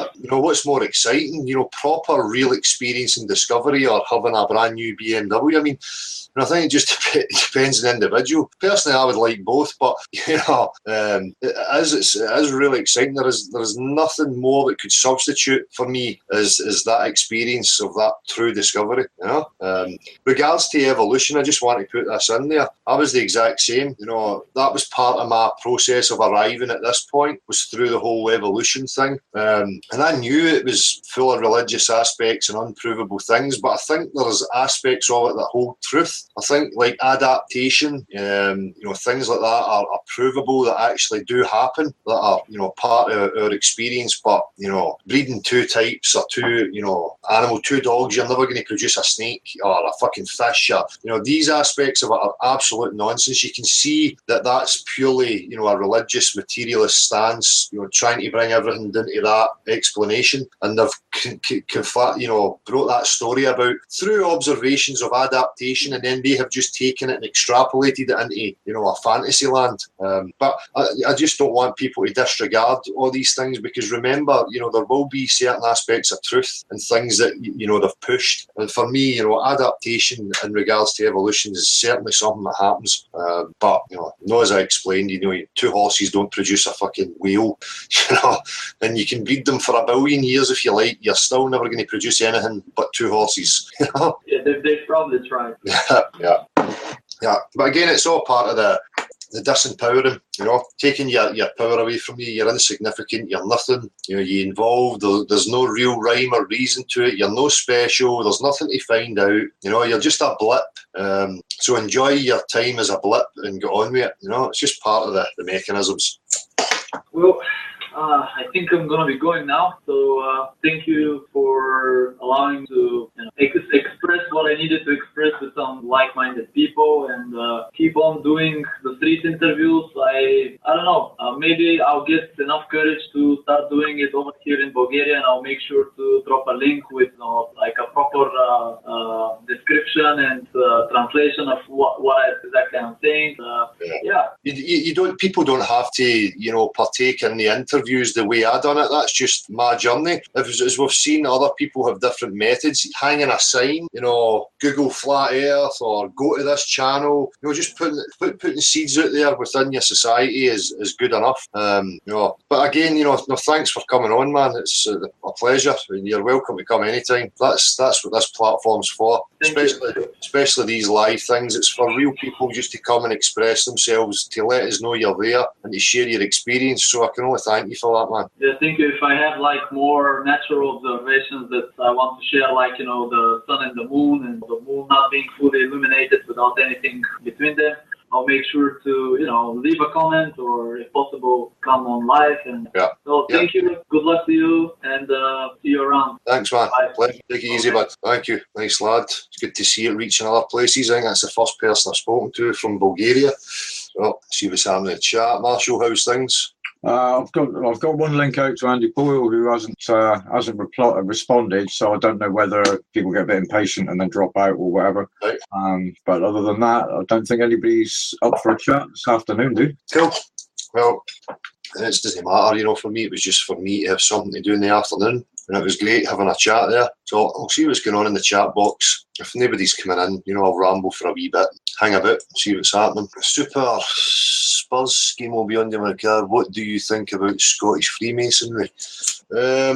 For me, I think any clique of men, women who separate themselves from, the rest of society and think they have some other privilege over other people, I think it's absolutely fucking ridiculous. I'm not interested in secret groups or, weak individuals coming together to have a wee clique, and no, it's not for me. Each to their own. But when we start establishing these things and it has an influence on the greater or on the whole, then for me it's a fucking problem. It's fine if it gets kept for people's own private indulgence, and that's what they want to get up to. But if it's having a sway or an effect in any way on, the objective whole, then it shouldn't be there. Everything to do with the objective world and us as a whole should be kept purely transparent and based always on empirical facts. So that's what I think about it. And again, no all Freemasons or whatever, these minds, whatever the source of this manipulation is, will hide behind any distraction. They will hide behind Jew, Catholic, Protestant, black, white, Muslim, Freemason, whatever. They will use anything to operate. They'll put their fingers in every pie to have a sway wherever they can. So I don't buy into it's this faction or that faction. It's a certain mindset for me. And if you understand that, then you can start to weed them out, If they're no for, as I just explained, the greater good for the whole, things being transparent, all community things like, politics or any of these establishments or organisations that we put in place should be based always on empirical facts. And if they sway for that, remove them. The way it probably always should have been, the way I can see it had been set out. But, along the line, corruption get the better of people. So we need to have mechanisms. If we have to be here, that is, we have to have mechanisms in order to out that and to recognise it when it's happening and to remove it with ease. Right? So that they're not there for 4 years or 2 years until the next, if they walk away or they move from what's set out, they're removed instantly within a very short space of time. Vigo isn't a show. John Borg, any reason why we don't get notified when the live chats are happening? I'm getting so many comments and messages from people who are saying they have been unsubscribed. Marty pointed out that when you subscribe to the channel, it offers you the option, the wee bell will come up, I think, with a blue caption saying, would you like to be notified? I think you need to click that. I don't know if it was something that was implemented. I remember YouTube, maybe just my ignorance, that I thought once I had subscribed to a channel, I was automatically going to get a notification of when they uploaded something, but it doesn't seem to be the case. So we know that they're messing with us, the comms, the numbers, unsubbing people. It's so obvious. David Leeds, UK watcher, hello, all tuned in and ready to learn. So are we all. We're all ready to learn where we are, who we are, why we're here. Andy Bordwick, Captain Dale, hope you're well, pal. I'm Andy. Thanks, man. Hope you're well. Still need to get that jam happening at some point. So weird not having a spanner. Been taking pics. Don't know who you are. Aye, Turbo T-Bag saying it. John Borg, click on the little bell, but the subscribe button. Maggie May, you're fighting windmills. I find tremendous aggression even when faced with logic and common sense. But that's it, and that comes down to you. You then have to have the ability to stand there and still be humble, not to let your emotions show or react.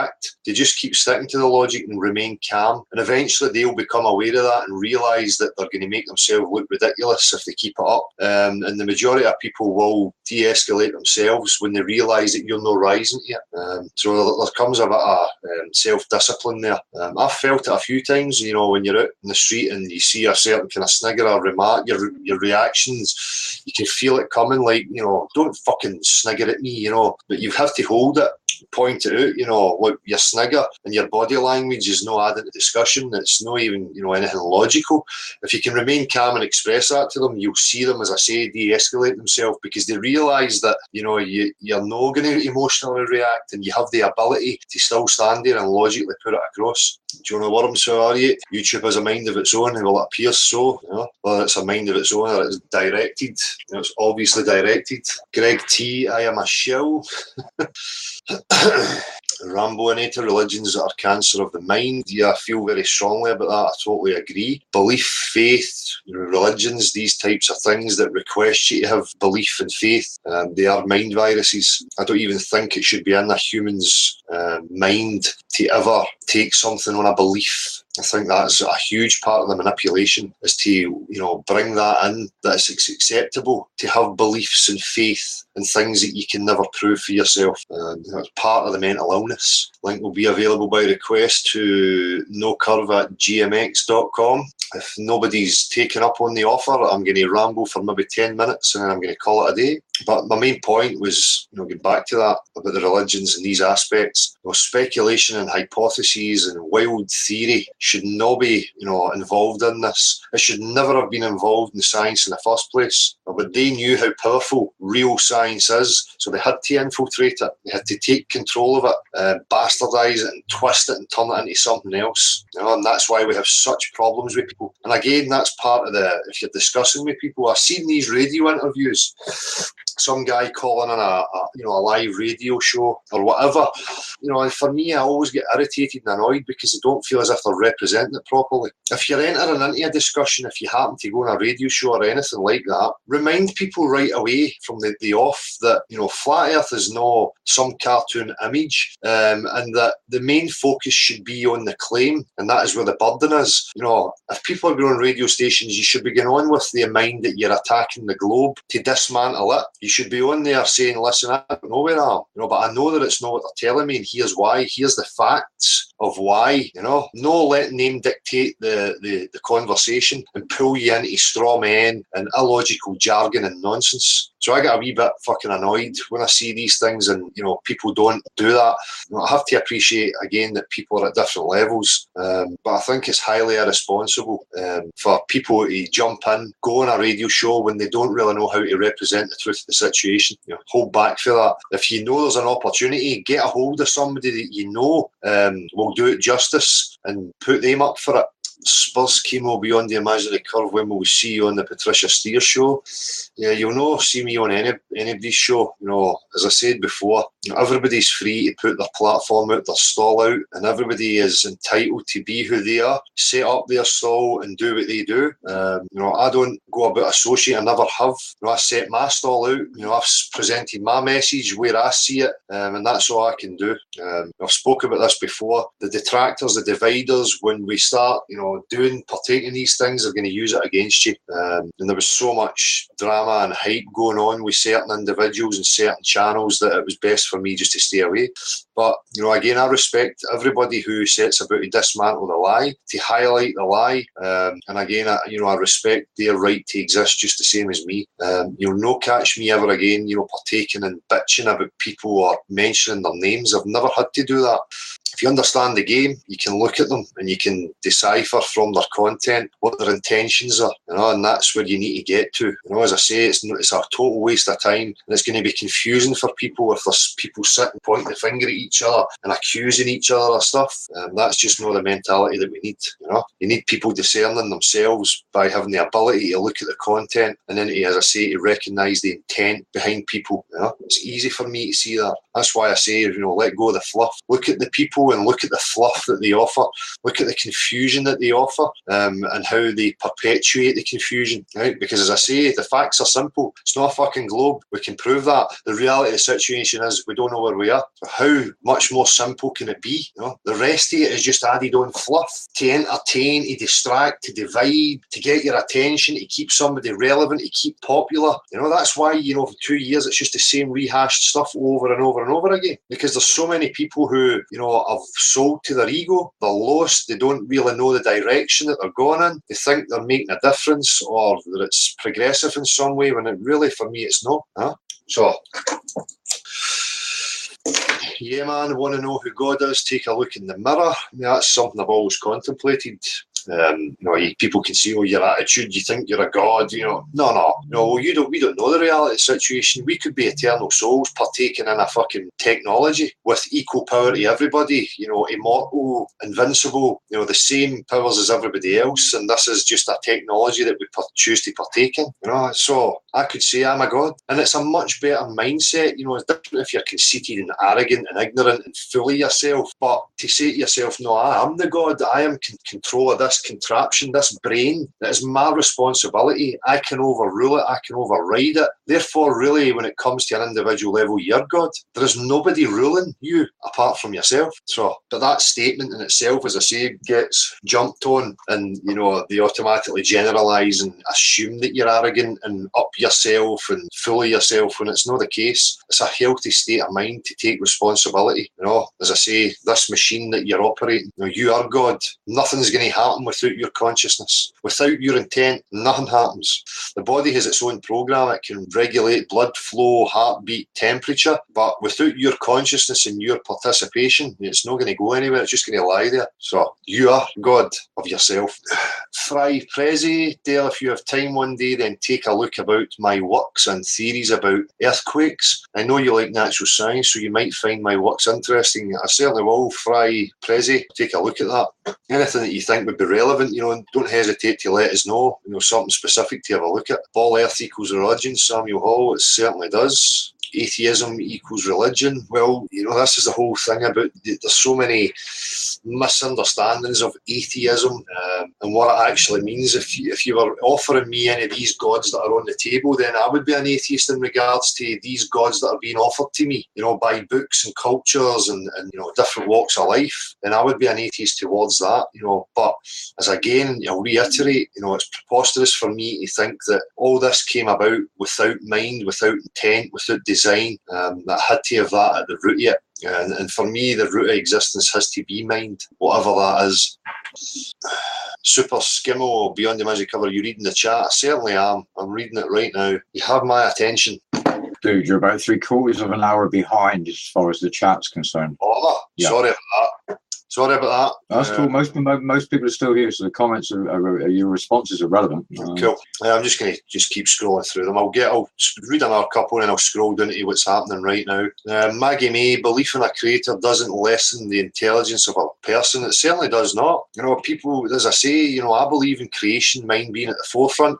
The problem is when people come forward pushing it as a fact or wanting other people to believe what they believe, or, it doesn't lessen your intelligence at all. None at all. I think it's very intelligent to realise, logically, rationally, that nothing happens without intent.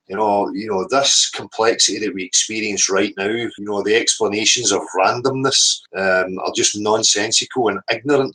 Considering we don't have any practical example of any of that stuff ever happening.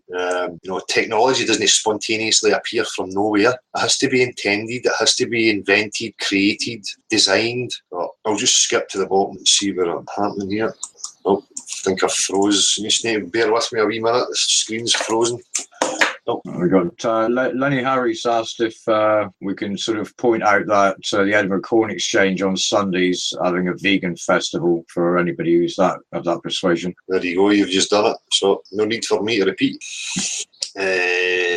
Stoned Harry, get my last on Dell on the brain. I don't understand what that means.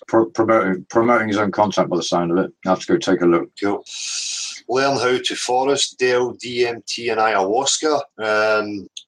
Taking many psychedelics, LSD, mushrooms, stuff like that. They had profound effects on me at that time, level of mind that I was at. So I've only get praise for them in the right place. People can take them recreationally, just for fun.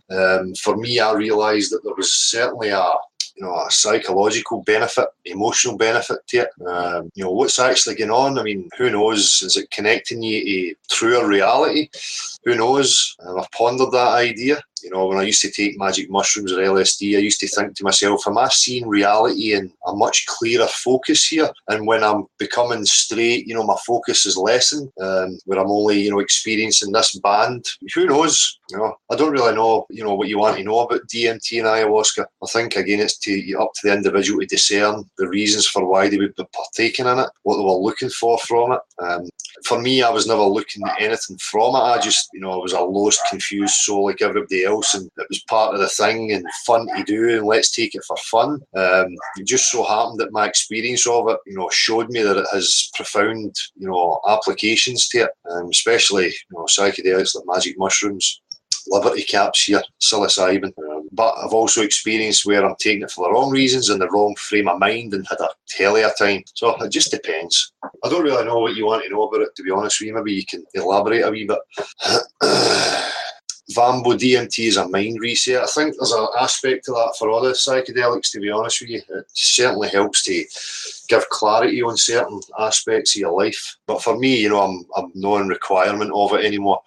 It just brings more questions to me, especially DMT, when, I listen to people's stories and you end up pondering and thinking, is it reality? Is it just a manufactured part of the brain?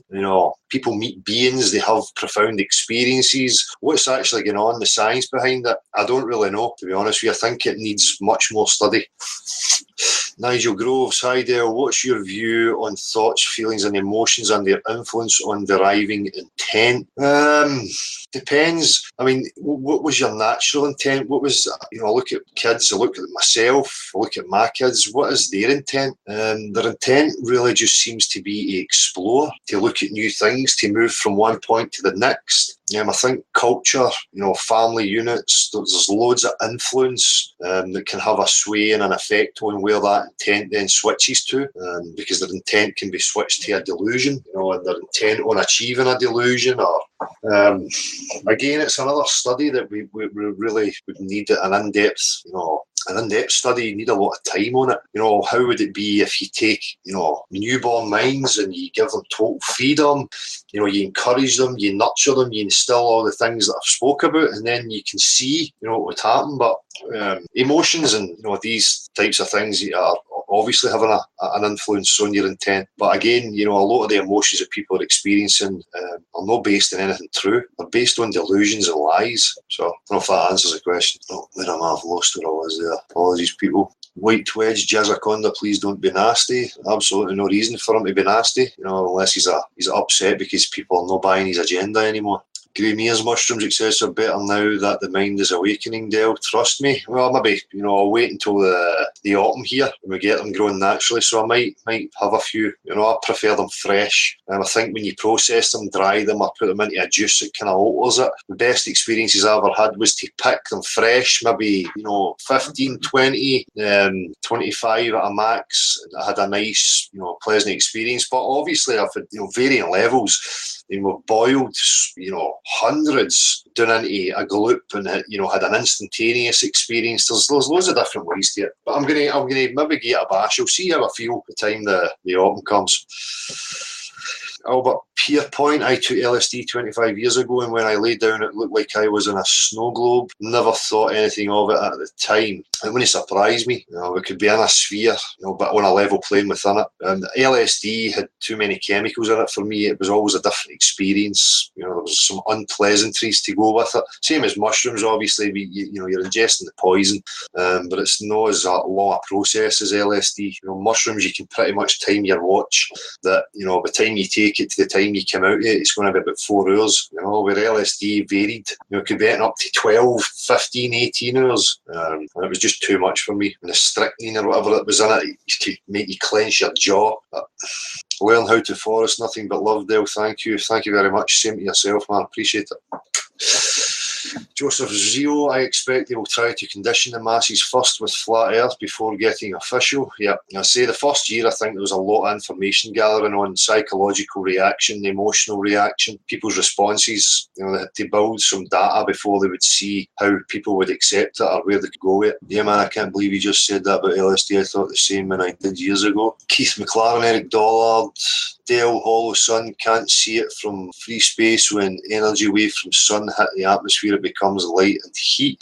Yeah, I know of Eric Dollard and some of his work.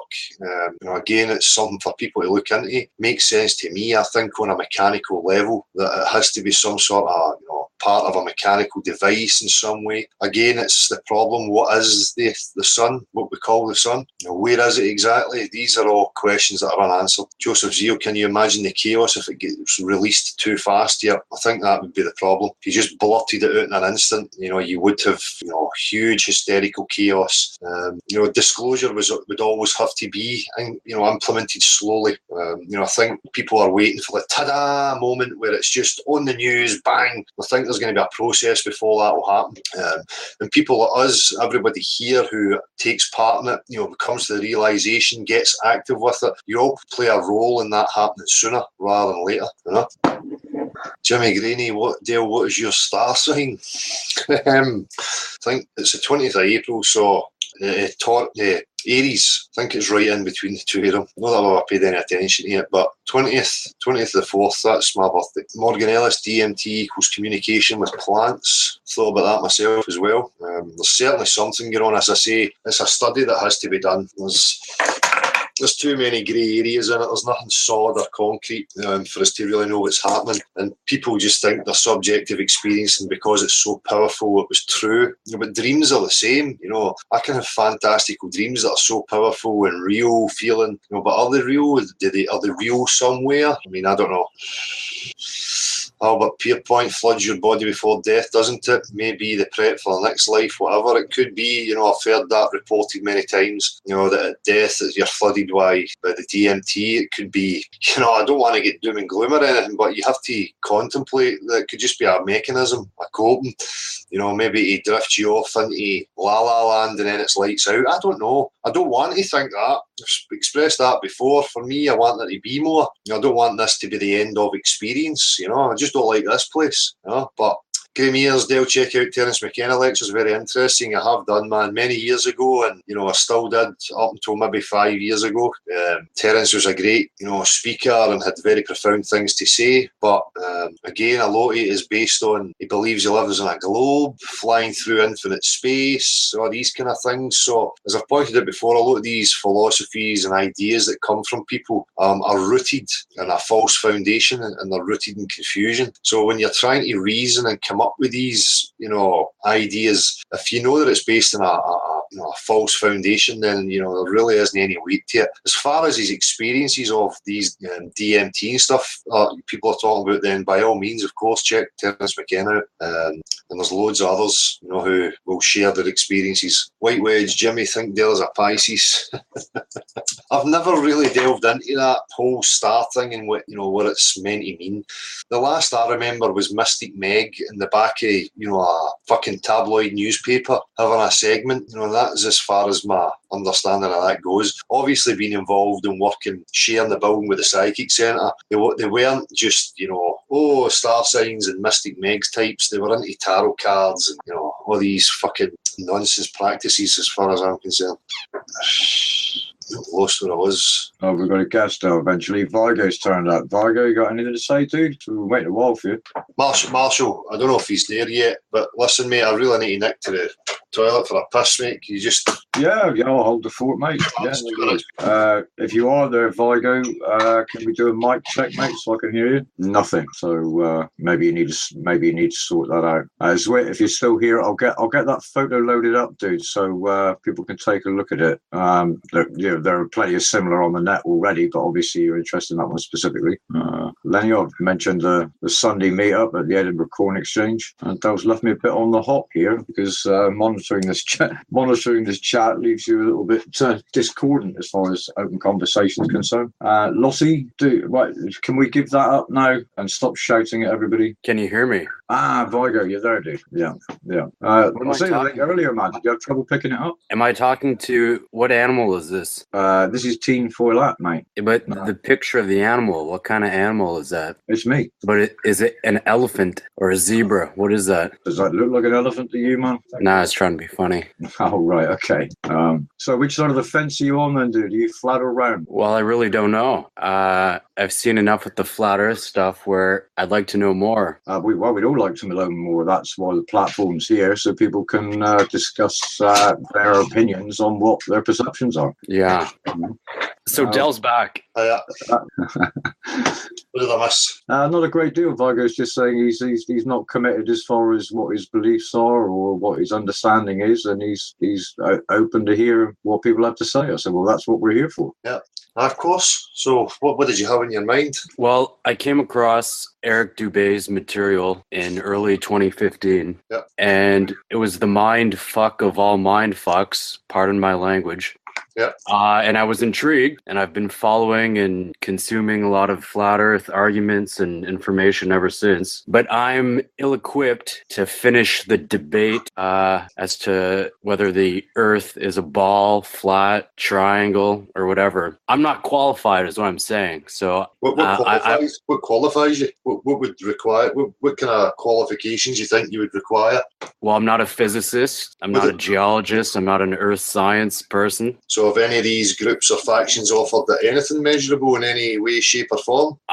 Do you need that? You know what you said before you went to your little break there? I wasn't listening completely, but were you saying if they're releasing this, they can't just say it on the news to 7 billion people and say, hey, you know how we told you the earth was a giant spinning ball and we lived on the outside of it? Well, it's not really that. It's a flat plane, and it might be enclosed or it might be infinite. Yeah. Whether it's all at once or whether it's slow, 7 billion people aren't going to be able to handle being told that, hey, the earth, we lied to you. It's not a ball. Well, that's a bit of a generalisation. And 7 billion people. I don't know the percentage of people who are, totally convinced that it is a ball. How many cultures has it reached? But getting back to your point, with the physicists and stuff, that's the beauty of this.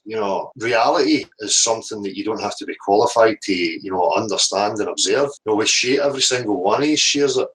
I don't need, unless it's a specialist field, dealing with a particular subject, then, reality in general, we can all experience every single day with our own common sense and senses, So I have a bit of an issue with, claiming that you have to have a PhD in order to establish what it is and what it's not. If somebody tells me that it's a sphere and that, vast bodies of water are clumped to this sphere and that is reality, then I don't observe that anywhere in my reality, then there's a problem there, The onus isn't on me to somehow, prove what the full dimensions are. If I, experience and I realise that there's a flaw in the claim that's being made to me, then that's what's important. And I think, you only need your common sense faculties working in order for you to have that, I hear what you're saying. I would say the first thing that ever got me down this rabbit hole was the whole 9/11 thing. So maybe about 10 months after that event actually took place,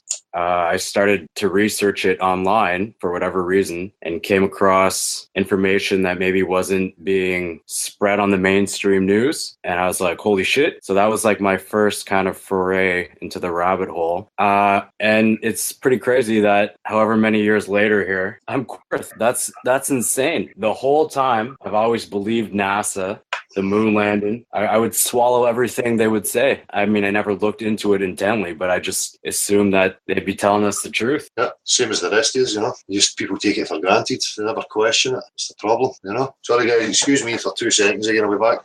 2 seconds. Vargo, you're getting a lot of stick in the chat for your avatar, man. I mean, is that something that's important to you? Well, I've got thick skin like Dell. Well, that's cool. I'm just, giving you a heads up there, man. I did sort of ask you a question. Is it pertinent to you? It's just a picture. Right. It's a picture that's.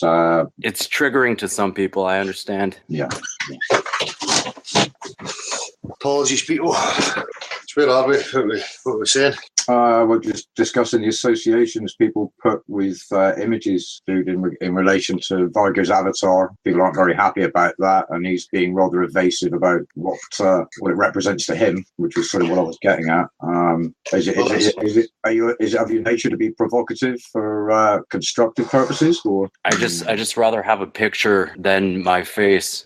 I'm not the best looking individual. So, what would convince you then if you're on the fence in regards to, do you still struggle thinking that it is a sphere we live on? I'm in the position to think. I was telling the other guy here that I fully believed. Well, I guess you're here too, but I also was bought into the whole Virgin Galactic, where that was going to send supposedly people up 100 kilometers, and you're going to be able to experience some weightlessness and see some of the. I believe that. I was a big fan of Richard Branson, but it doesn't look like that's ever going to be happening. No. How are you going to take people up and show them an imaginary curve? Well, no, but this is what I'm saying. Like I bought into that before I ever heard of the flat Earth, and I was someone who was caught in that dream or vision, and I was like, wow, yeah, that'd be cool. First the rich people are going to get to go on it, and then the price will come down in 10, 15 years time, and then maybe it'll be within my range to pay to go check that out. Right. But now it doesn't seem like it's going to happen. No, it's never going to happen. It's never going to happen. Regards to your symbol thing, and that's it for me. I understand that it will be provocative to people, but for me, I have no, attachment to any symbol. It's up to me to define what a symbol means to me. People shouldn't be, generalising, but I get that it will be provocative to some people. So, I mean, you say that you're unconvinced. You're still on the fence. Well, I have to take Dell's approach, right? Right. A natural science dude. So that's what I was saying, I should have finished my thought on the Virgin Galactic. I'm a visual person. If that was going to be a legit thing and someone could take me up high enough where I could see with my own eyes a pronounced curvature to the Earth, then I'd say okay. But it doesn't seem like that's going to happen. And even on that website, maybe that's the only value if you go onto that website, they say that maybe only 550 people have been classified as astronauts, where they've been high enough up from the Earth, where they've been classified as astronauts. People out of 7 billion, and however any more people that lived before that, 550. So like 99.99999999999% of all humanity has never been high enough to see the ball Earth if it's a ball. So, and according to them, where they're firing rockets up willy-nilly with guitars and monkey suits and, you know, American football tops and docking no problem, like it's fucking all Star Trek and nothing ever goes wrong. You know, if they're achieving that the way they say, then you think, you know, public travel and that way would be easy. You'd think there would be loads of companies now just for the fun of just flying up into the vacuum of space and then back down again. You know, I don't think that's hard to achieve, really, is it? According to how they make it, as I say, you know, let's just fire a fucking rocket up. Oh, what do you need? A guitar and a monkey suit? No problem. We'll be there in the next couple of days. Fuck off. You know what I mean? Absolute fucking nonsense. And it's totally bizarre that people believe that shit, you know. But as I say, that's, for me, Star Trek, fucking Deep Space Nine, Star Wars, all these fucking crazy programs is how they've managed to convince people slowly by implementing it, you know. And then as technology get better, it was, it's just a matter of fact, you know, let's dock up to a 17,500 miles an hour station, fucking latch on, no problem, no problems any time whatsoever, you know, fucking away you go. You know what I mean? If we could really achieve that type of stuff, you know, why is it not being implemented here on Earth?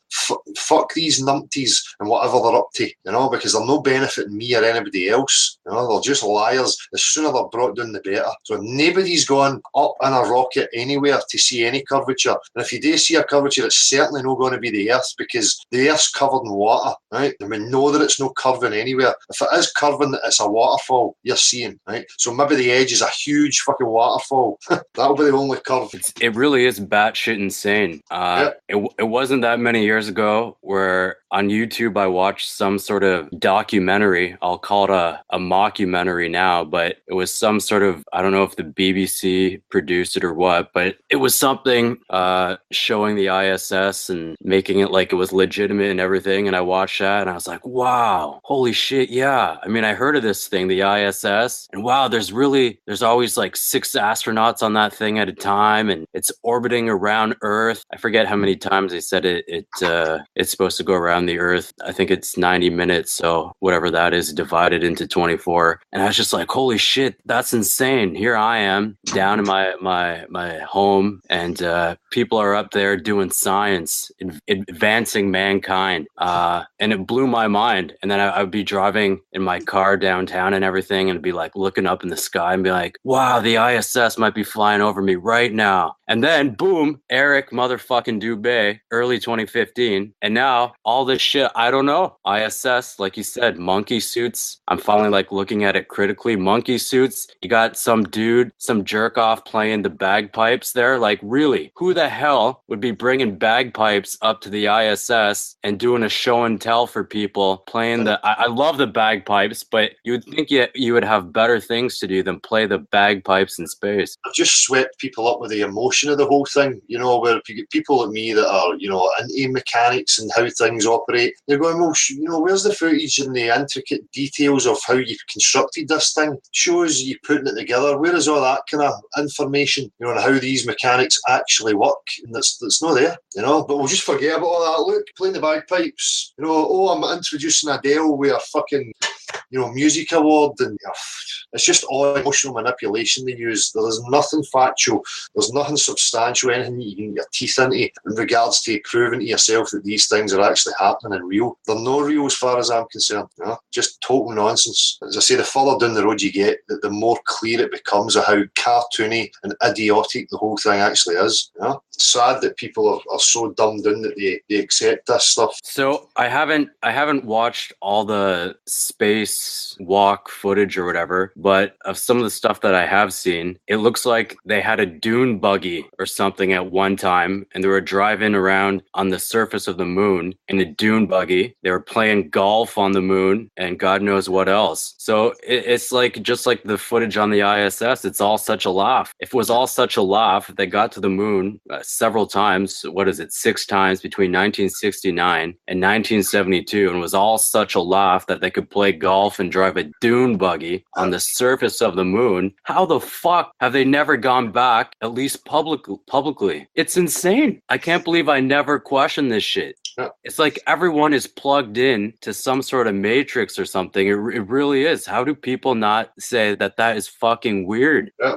They are plugged in. They're plugged into the delusions and the lies and the nonsense. You know, the matrix is not a physical thing out there that you can touch. It's in people's minds. You know, you just have to get critical about it. And that's it. You know, as soon as you point out, you know, valid questions to people, their critical thought will kick in, and then they will assess it and have a look at it and ask themselves the same questions. Just because they've taken it for granted so easily and fell into it so deeply that they just become unquestioning, take it for granted that it is actually true and happening. Until you get people who are brave enough to come along and point at it and say, hang on, you know, have you questioned this? So that's what it takes. And then, so another bit of information, I don't know if this is completely accurate or factual. I'm not a computer scientist, but it sounds right on the surface. So whatever version of iPhone we have now, it's got loads of processing power, supposedly, right? A smartphone, an iPhone. So they say that the latest iPhone would be more powerful, that processor, than the supercomputer NASA would have had in 1969. That's mind-blowing.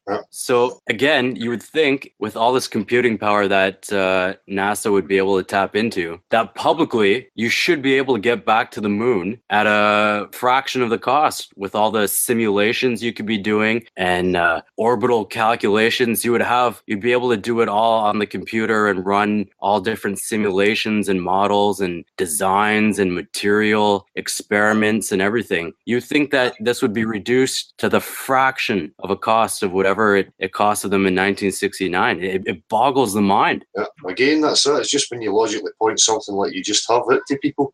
You know, it's so simple. And it does boggle the mind that people became so dumbed down and accepting of it, you know, without questioning. Now that's the intriguing part for me, is how they achieved that and got people to that level, you know. And for me, it would just be you know, it would a test. Well, people are buying this, they're believing it, right? Yeehaw. You know, as long as we advance the technology and graphics and filming, you know, then we've got them, you know, and that's the power of it. You know, people were TV being new, and then the trial runs to see what people would buy into, how they could affect people. You know, they started to gather information very quickly on how gullible people would be in regards to the TV. You know, especially if you can establish an authority, and then when that authority then appears through the TV, people are going to take it even more. You know, coupled with the emotional excitement and reactions of what, you know, godly achievements. You know, that's enough. The power of the image and, you know, shouting it loud enough is enough to sway people. That's why I think the most important thing about all this, it's more from a psychological standpoint than anything. It's how herds and social species work, and because I studied in school psychology. I just want to jump in there. You know, we study people based on being in captivity, based on coming from generations of no foundation, not knowing who they are. We're trying to assess how people would be based on that fear structure, disempowering structure. We're not judging people based on, you know, being empowered, being critical individuals, being strong mentally, healthily, and being totally free. So I think, you know, psychology, for me, I figured it out a long time ago, that it was based purely on the cultural aspect, depending on what a person's culture was. You know, you could be a psychologist for them, you know, because they're programs, they're something that are not real. They're offered and put to people, and when you understand that, you know the problems that people are going to have. Sorry for interjecting, but... So what always comes to my mind is there's some famous psych experiment that everyone learns in Psych 101. I forget the psychologist's name that it's named after, but it's basically you got one guy and maybe like 5 or 6 other people, but they're paid so they know what's going on, and they show the first 5 or 6 people a sheet of paper with varying lengths of lines, right? Yeah, I've done And a they- video on this. Yeah. and they say what's the longest or what's the shortest line, right? And everyone that comes before the one guy who doesn't know that he played for a fool, everyone before knowingly answers incorrectly. Yeah. And then the last guy, when it gets to him, like maybe the first couple of times, he'll say correctly what his senses are telling him, right? Yeah. But it's going against what everyone else said. Yeah, and then the pressure of that sway the group makes it conform. It's called the Ash experiments. I've done a video on this before. It's ASCH. Hang on. That sounds right. Yeah, it is. I remembered it as soon as it's ASCH experiment, Ash experiment. It was exactly what you're talking about. So you can see the first couple of times, even when he's still has the balls to say what he thinks is right, you can see he's visibly upset. Yeah. He's feeling like angst and inner turmoil. Yeah. And then eventually, you just cave in and you go along. And they've probably done further research at this point into it. But the question is, does the guy in successive rounds, does he know inside which is the right answer, but he's just like conforming? Has the peer pressure of the group actually physically changed his senses to how he perceives the information to go along with the group so that he doesn't get ostracized? Yeah. This is exactly what we are dealing with, not just the flat earth, but everything that is attached to this. Yeah, that's it. All this stuff. It's not that they're altering his senses. He knows deep down that his senses are correct, but it's just that pressure of just going with the flow, and then putting doubt upon yourself, and then that's the first step to doubting what it is you're actually experiencing. Because if 4 guys are saying they see something different from what you are, then that's going to create internal doubt, to then send you on a path of doubt in your own senses. You know what I mean? So I think there's a lot to be said for those experiments. The Ash experiments, for anybody who missed it. ASCH. Still there? Yeah, so it just makes me think that this whole, if this flat earth is legit or not, if it is legit, it just makes me feel like even with as time goes by, I don't know if it'll ever hit the critical mass threshold thing, because 9/11, that there was all sorts of information that you could get, some legit, some disinfo, but it didn't take a rocket scientist if you look into 9/11 to see that the official story was leaving a lot of stuff out, and nothing ever came of it. Legit investigation happened from that, and it's just nothing happened. So it just seems that's the point. I want to get back to you saying this flat earth thing, whether it's legitimate or not. The legitimate part for me is that indeed it's not a globe. The globe is brought into serious question. For me, it's falsified. What we're living on is a level plane. Whatever the full dimensions of that is unknown. The unlegitimate part is the claims that are made to any specific model and map. That is the part that's not legitimate. So if it keeps up with the straw men and people keep adopting the straw men and the nonsensical stuff, then it will grind to a halt and slow down and not go anywhere. But if people can cut right through the bullshit, and get to the meat and bones of the situation, then it will gain traction. And for me, that's the part that does gain traction. Focus on the claim that was made. How anybody can seriously believe that it is a sphere with absolutely zero proof, again, beggars belief, just as you were saying earlier on. So everything tells us that it's a level plane, and what the full dimensions are unknown, and it's as simple as that. I'm on this live thing. You're just doing that together, aren't you? Aye. Sorry, I'm being infiltrated here. Yeah. It's a takeover. You're right. You want to say hi? Right, you need to go out. Hey, come on, babe. Sorry. Knows there's something happening. Sorry about that, I had a thought, and now I forgot. Yeah. The dimensions. Yeah. Okay. So how do you go on? So you do these street interviews, right? Yep. And you go up to these people, and I gave you some flack earlier. And you say, "How's your day going?" And I'd like to ask you a few questions. Do you know about natural science? Right? Shite Scottish accent, by the way. You need to really work on that. That's yeah. Well, if I can do an American one, it's not, man, it don't sound totally ridiculous, Yeah. Fucking work on it, for fuck's sake,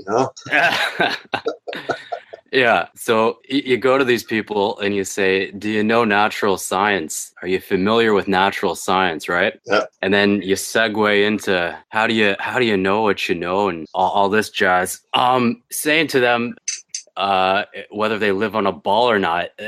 This is beyond batshit insane. I still can't believe I'm on a hangout talking to Dell about this, and I've been exposed to this now for over 2 years. So even me, I still every day I can't believe that I don't buy the ball and all this space stuff anymore. You know, until I get further proof. So just stopping someone on the city streets of Glasgow or Edinburgh and talking to these people, even if something sinks in momentarily, I don't think these people go home, and this is extremely unsettling. Yeah, well, it can be for some people, you know, and I'm totally aware of that. But you know, the other 90% of people are how do you go on if you're working as some higher up professional like a medical doctor, or you're some big shot lawyer or something, and you get exposed? How do you go on with your life? And man, do we not live on a ball? Is space fake? Well, some people it's not really important to them. As I say, there's so many people who are quite content with the life that they have.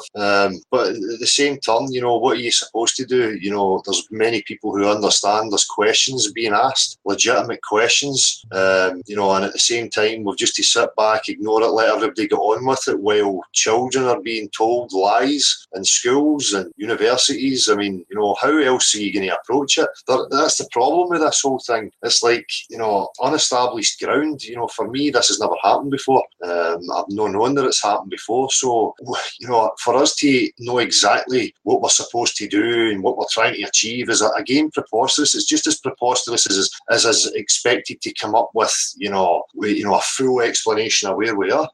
For me, it's an ongoing thing that I just deal with day to day. And I just know in my heart that I've got this determination to tell as many people, to plant as many seeds. For me, having it in the consciousness as many people as possible further advances the chances of me finding out really where I am, you know. So each to their own, you know, I'm on my path. This is how I see it. This is where I see progress, and that's all I can be true to, you know. Where it's going to end up and where it's going to go, I don't know. Is it going to fizzle out? Are people just not going to be interested? Who knows? But that's not my concern. My concern is where my intent and my focus is from each moment in time. And right now, it's on this. I understand the significance of it. I'm not a lawyer who's got a cushy job and a nice delusion to comfort me.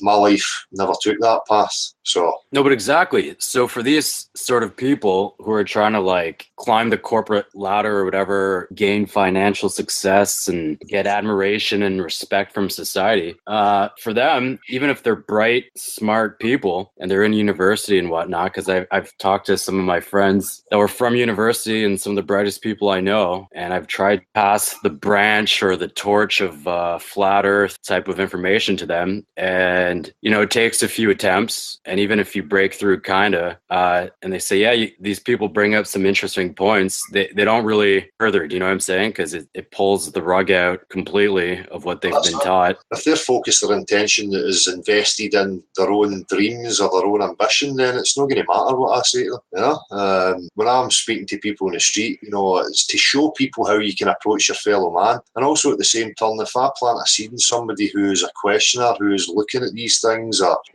then, you know, it's job done, you know. And if it's somebody who just ignores it and gets on with their life, then, you know, by all means, it's really no problem to me. I can only be me and, as I say, push what I push. And if somebody takes it and they do the research themselves and they come to it, then fine.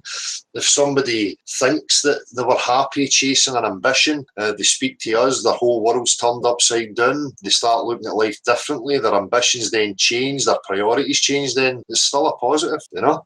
You're really either going to affect people to the point of change, or you're just going to get people who will ignore what you say. That's just the reality of the situation. I do like the picture that you employ now of Nessie, yeah, because that can connect with the Scottish folk. Yeah. because they'll laugh and be like, "Ah, the Loch Ness monster." Yeah, right. You just show me that grainy black and white photograph and be like, "No, that's not scientific. I need more than that to believe in that, right?" Yeah. And then you show them the blue marble, and it's the exact same thing.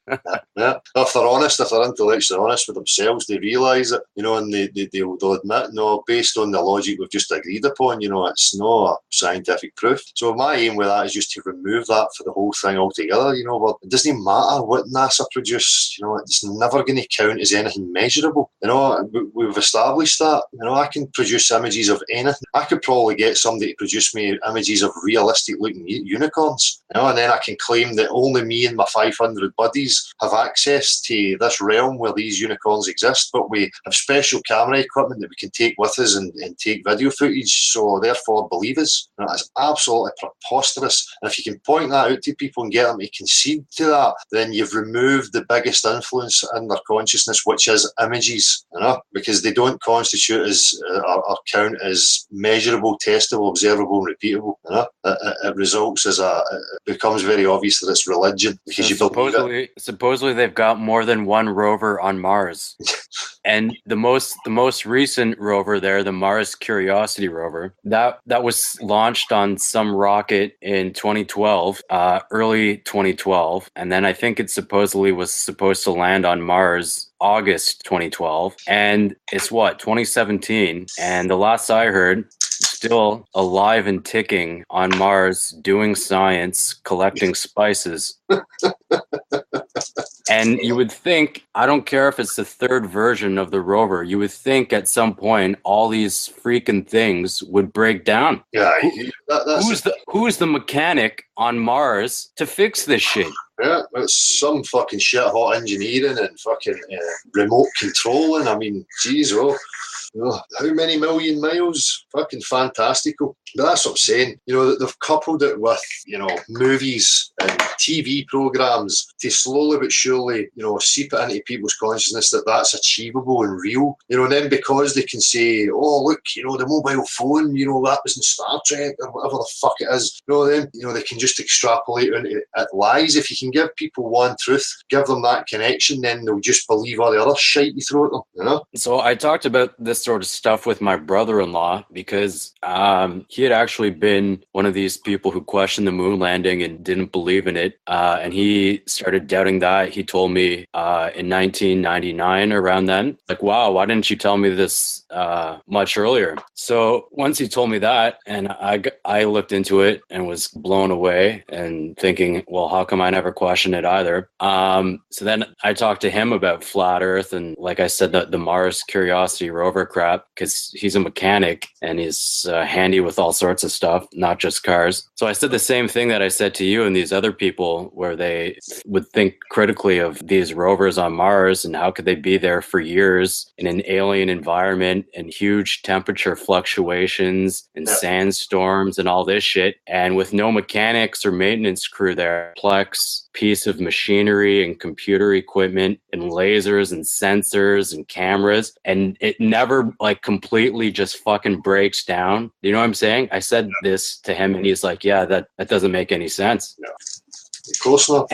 And then when I said the flat Earth to him, it took me a few times, and I showed him the most conventional model for the flat Earth thing that's going around, and I said, okay, well, they're saying that you could just circumnavigate this flat circular plane thing where you could just fly around in a circle, sail around in a circle, and your compass the whole time points north, and you come back to the same point, and it would probably feel like you went around a ball, but you could go around this circle thing here and it would feel like the same thing. And he's like, holy shit. Because that was the first thing that that one thing for circumnavigating, when I first heard that, I was like, holy shit. I had never even thought of that.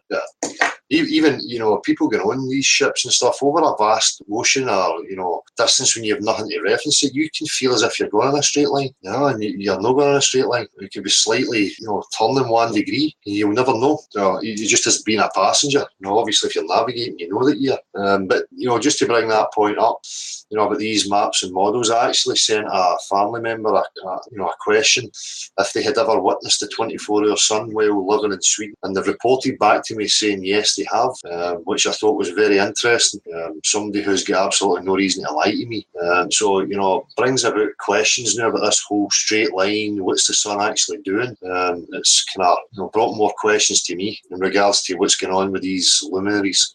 Yeah, no, I've like they said, the model that they're showing, the main one right now, where the sun, they're saying, makes circles between Capricorn and Cancer. I forget which one is which, but it stays within those bounds. And I know where I am. I've been trying to, over the last few years or whatever, keep track of the sun, and it does seem to like I'm in the northern hemisphere or plane, whatever. I don't know what you're supposed to call it now, but I can tell that in the summertime where I am in the north, that on that model, the flat circular model there, the sun does seem to be making, if it's going over us, tighter circle around where north is pointed. And when it's wintertime, so like December, the sun is making a larger circle. Like I can see where it rises and where it sets, and the circle is further away from me south in the wintertime and closer towards me north in the summertime. So I can see that. That's not necessarily proving anything, but when I track that for myself, right, and looked at that model, what people are saying about what the sun's doing, I was like, no shit, that's interesting. Yeah, but again, the sun could be moving in a sequence of straight lines. It could be moving in a square path for all I know. Again, when I look at these, especially the circular models, it's never represented in a scale that looks realistic to me. They always show this circle with this massive sun and go, oh, you would see the sun. You have to make it a lot smaller. If you went with that circle map that shows you, the sun would almost be, you wouldn't even see it, if you were to put it at the scale. But again, what is the sun? I just found it interesting that, I know somebody new who has witnessed the 24-hour thing in the north. So it's opened up some more questions for me. Whether it lends any validity to any of these map model, I don't know. I still, the full exploration has to be done. We still don't know what any of these luminaries are. We're taking it for granted that they are solid-bodied objects, still carrying for the heliocentric babble over into the new questions and what, people are trying to reason, still based on false premises. For me, I need to know exactly what these things are before we can start assessing the motion. What are they?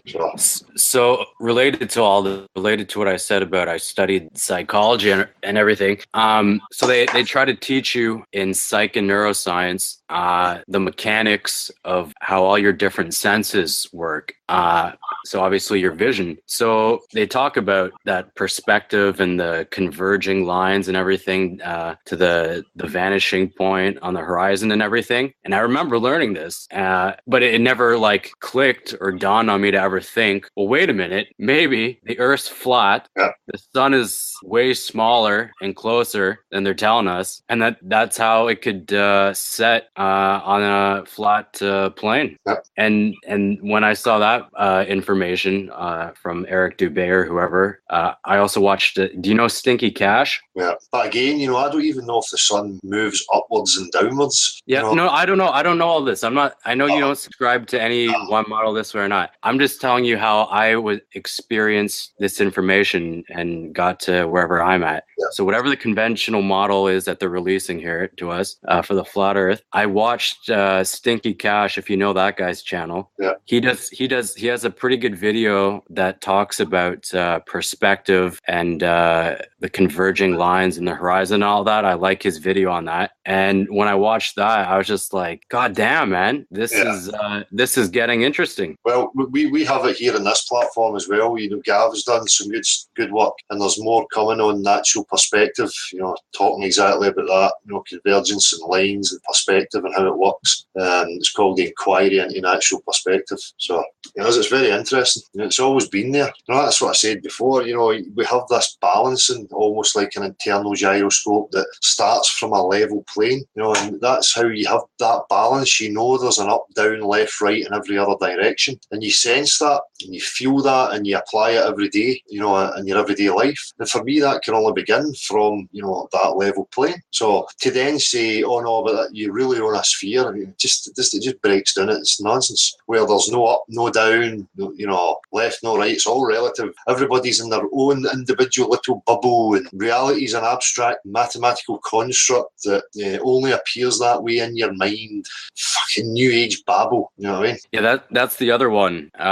Is your sense of orientation and balance and up and down in your inner ear. Yeah. It's a collection of different instruments where together it's called the vestibular system. And that just seems crazy that you would think that if you were going around the ball and you lived in Scotland, let's say you lived in Edinburgh your whole life and then you flew to America, you'd think that you'd be feeling just like your circadian rhythm, right? You get jet lag and stuff or whatever when you're traveling internationally across time zones. How come that doesn't apply to your sense of orientation when you're flying across the curve to different parts of the globe, and you need a couple of days before your sense of up and down and left and right gets acclimated? It makes no sense. If I stood you blindfolded on a levitating flat level board and I slightly moved it in any direction, or tilted it in any direction, your internal gyroscope would be telling you. You would feel that and you would not,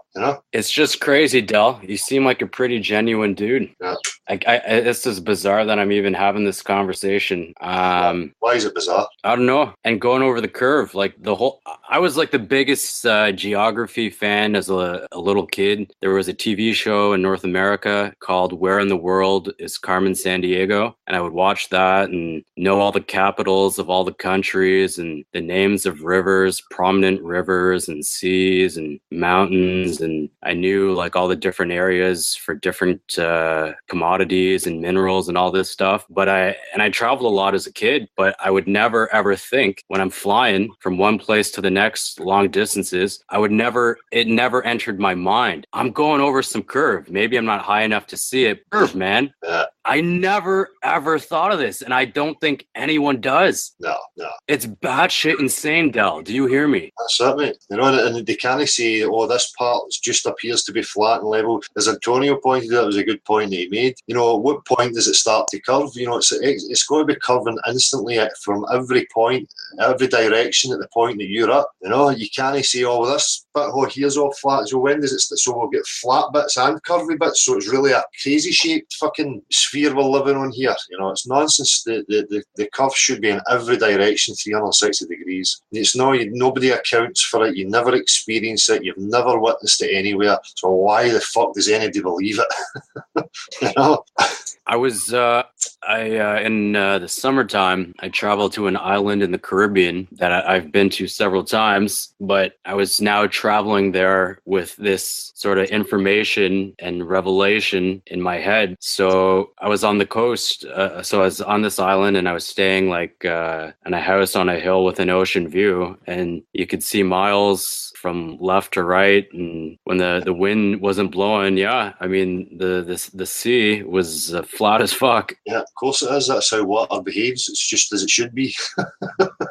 And flying over it, like flying into the island, flying out of the island. I recorded video on my cell phone out of the window. And when I flew, I live around a Great Lake. I'm not going to say which, but an airport along one of the Great Lakes in North America, where a lot of this noise is going on, where you can see miles and miles on the lake level, like that Chicago skyline or something. You know what I'm saying? Where they're like, oh, look, you can see the skyline of Chicago. Yeah. So when I was flying back into there, I could know where, you know, there's one side of the Great Lake and I'm landing on the other side, and I'm getting all this footage on my cell phone camera. And before I would fly in there all the time and never think of this before. And now I was like looking out the window intently, and I'm like, well, they can supposedly see across the lake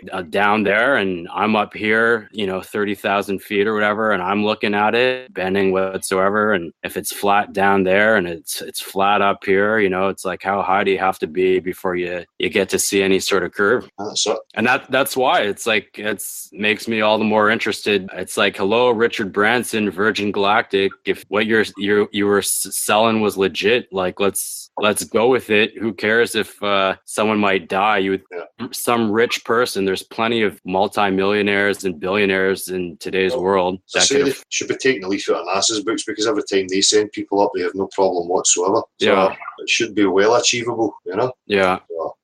Vigo, you need to excuse me, guys. I need to go to the toilet again. Drinking fucking tea and juice. 2 minutes. Well, I go down to you and me, dude.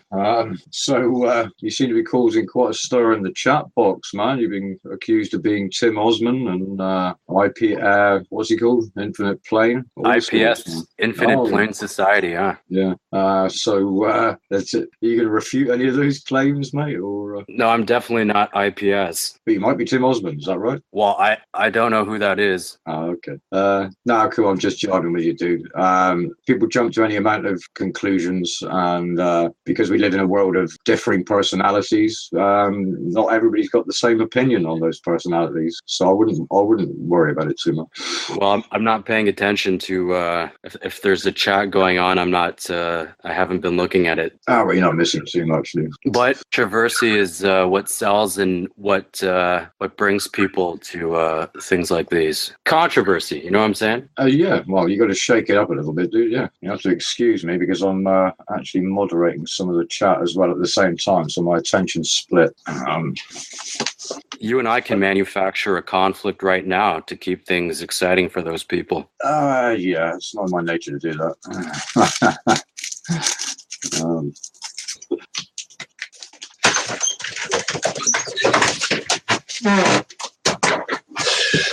All right, guys. Yeah, all cool, Del. So, Del, was that you who got the footage for that most recent video you uploaded today? No, that was John. Okay. That was John. Yeah, because I spent some time in Edinburgh, so I'm quite familiar with the university and the meadows. Yeah. Cool. Yeah, we were there before. One of the earlier street interviews was at the same place. It's a great city, Edinburgh. Well, some people would think so. Have you been on the top of Arthur's Seat? I'm guessing yes. No. There's loads of places I've been. It would be nice if that person would have himself a wee climb and go on the top of Arthur's Seat and do an Arthur's Seat interview on Flat Earth and be like, look at the North Sea from here. Look, it's flat. Well, that's one of the plans, is to go, hill walkers up mountain ranges, and point these things out to people. It's another thing I would encourage people to do. Seaside's a great one. It's one I intend to use as well. You can highlight the properties of behaviour of water and show it in the receptacles leading up to the ocean, and then ask them why they would think it behaves any differently on a larger scale. Simple observations, they are the great. That's why it will be so much more powerful when the weather's good, because you can get people while they're there and they have the natural observation right in front of them, and it's much more powerful. As I've seen, happening before when we've had a body of water in front of us.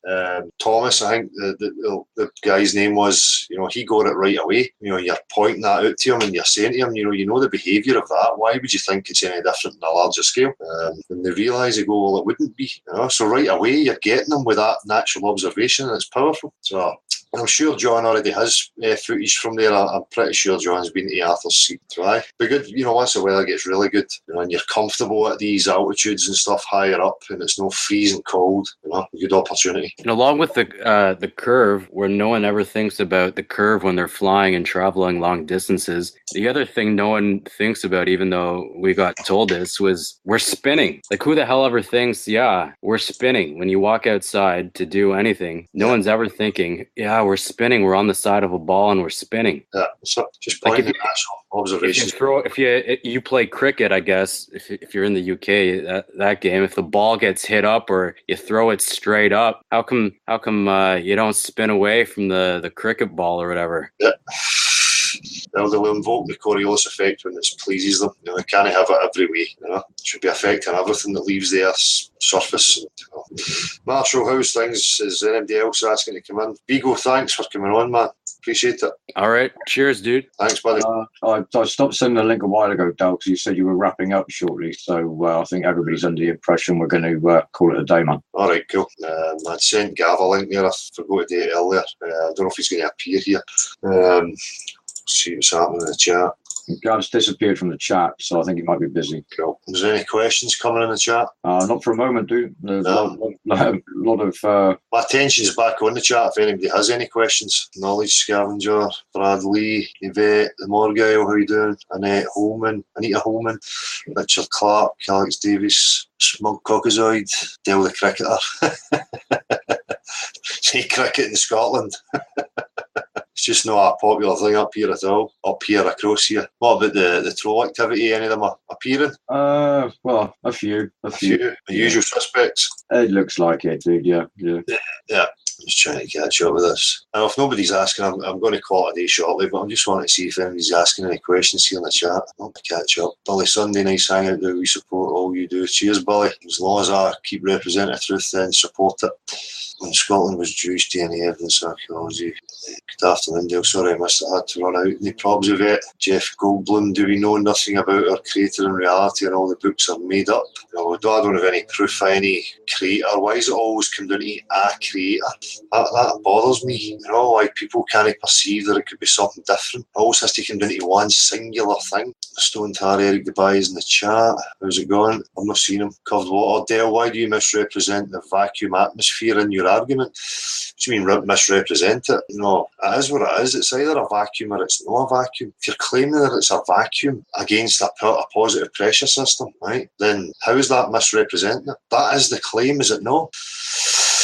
You know, we don't observe any of this. Go to a vacuum chamber, get a globular rock, get water, get all the things that you need, an atmosphere, get it all to fucking stick to your rock in the vacuum. You know, don't tell me I'm misrepresenting the claim. You know, that is the claim. And several calls this afternoon to make people aware of the solar tracking that's happening on Antonio Subratz's channel on Saturday. Cool.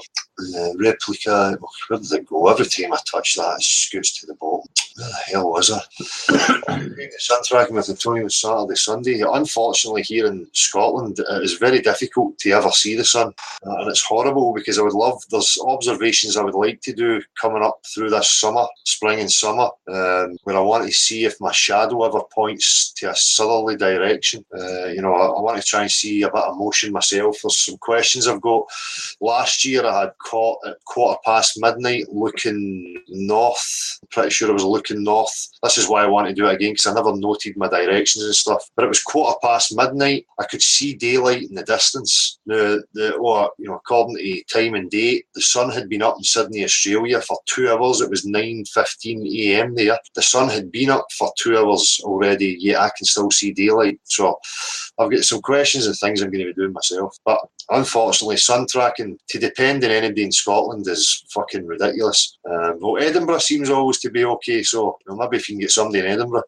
How do you deal with all of the negative stuff? It's water off a duck's back. As I say, it's not a personal thing. It's about the objective reality. So, the negativity and the stuff that comes towards me is nothing. It's just even more proof that there is a effort to, keep people in ignorance. It's easy. I split a bottle of Buckfast on the lino and it was level. Well, if it wasn't flowing anywhere, it must have been level. One and Above Productions, thank you. Dave Finkel, cheers, man. Sorry, Dale, we had a debate here. We forget the chat. Sorry. Well, it's not a debate. I'm going to go to the bottom here because I'm obviously miles away. Dale, what education standard do you have in regards to the government programming centre that I went to? I never swallowed any of their fucking pish. And that's exactly what I call it. It was a government programming centre. It was not a school. And anybody who, wants to come at you with what's your qualifications, it's not a rebuttal. It's not producing measurable curvature or any proof of any of these claims that are made by the heliocentric model. It matters not what, my background is or what qualifications, whatever they want to call it, matters not. It's not a rebuttal on anything, and it's not proof of anything. Eric, how you doing? See you there now. Rock Vibrations, Keanu Collis, Chris Rock, Rev Dawson. Lottie says none then. Lol. I don't know if you're listening to what I actually said. Bring a rebuttal or proof of some claim and start focusing on the man. Simple logical fallacy, right? We're dealing with objective reality here, right? Can't I believe that these clowns still try these angles, honestly.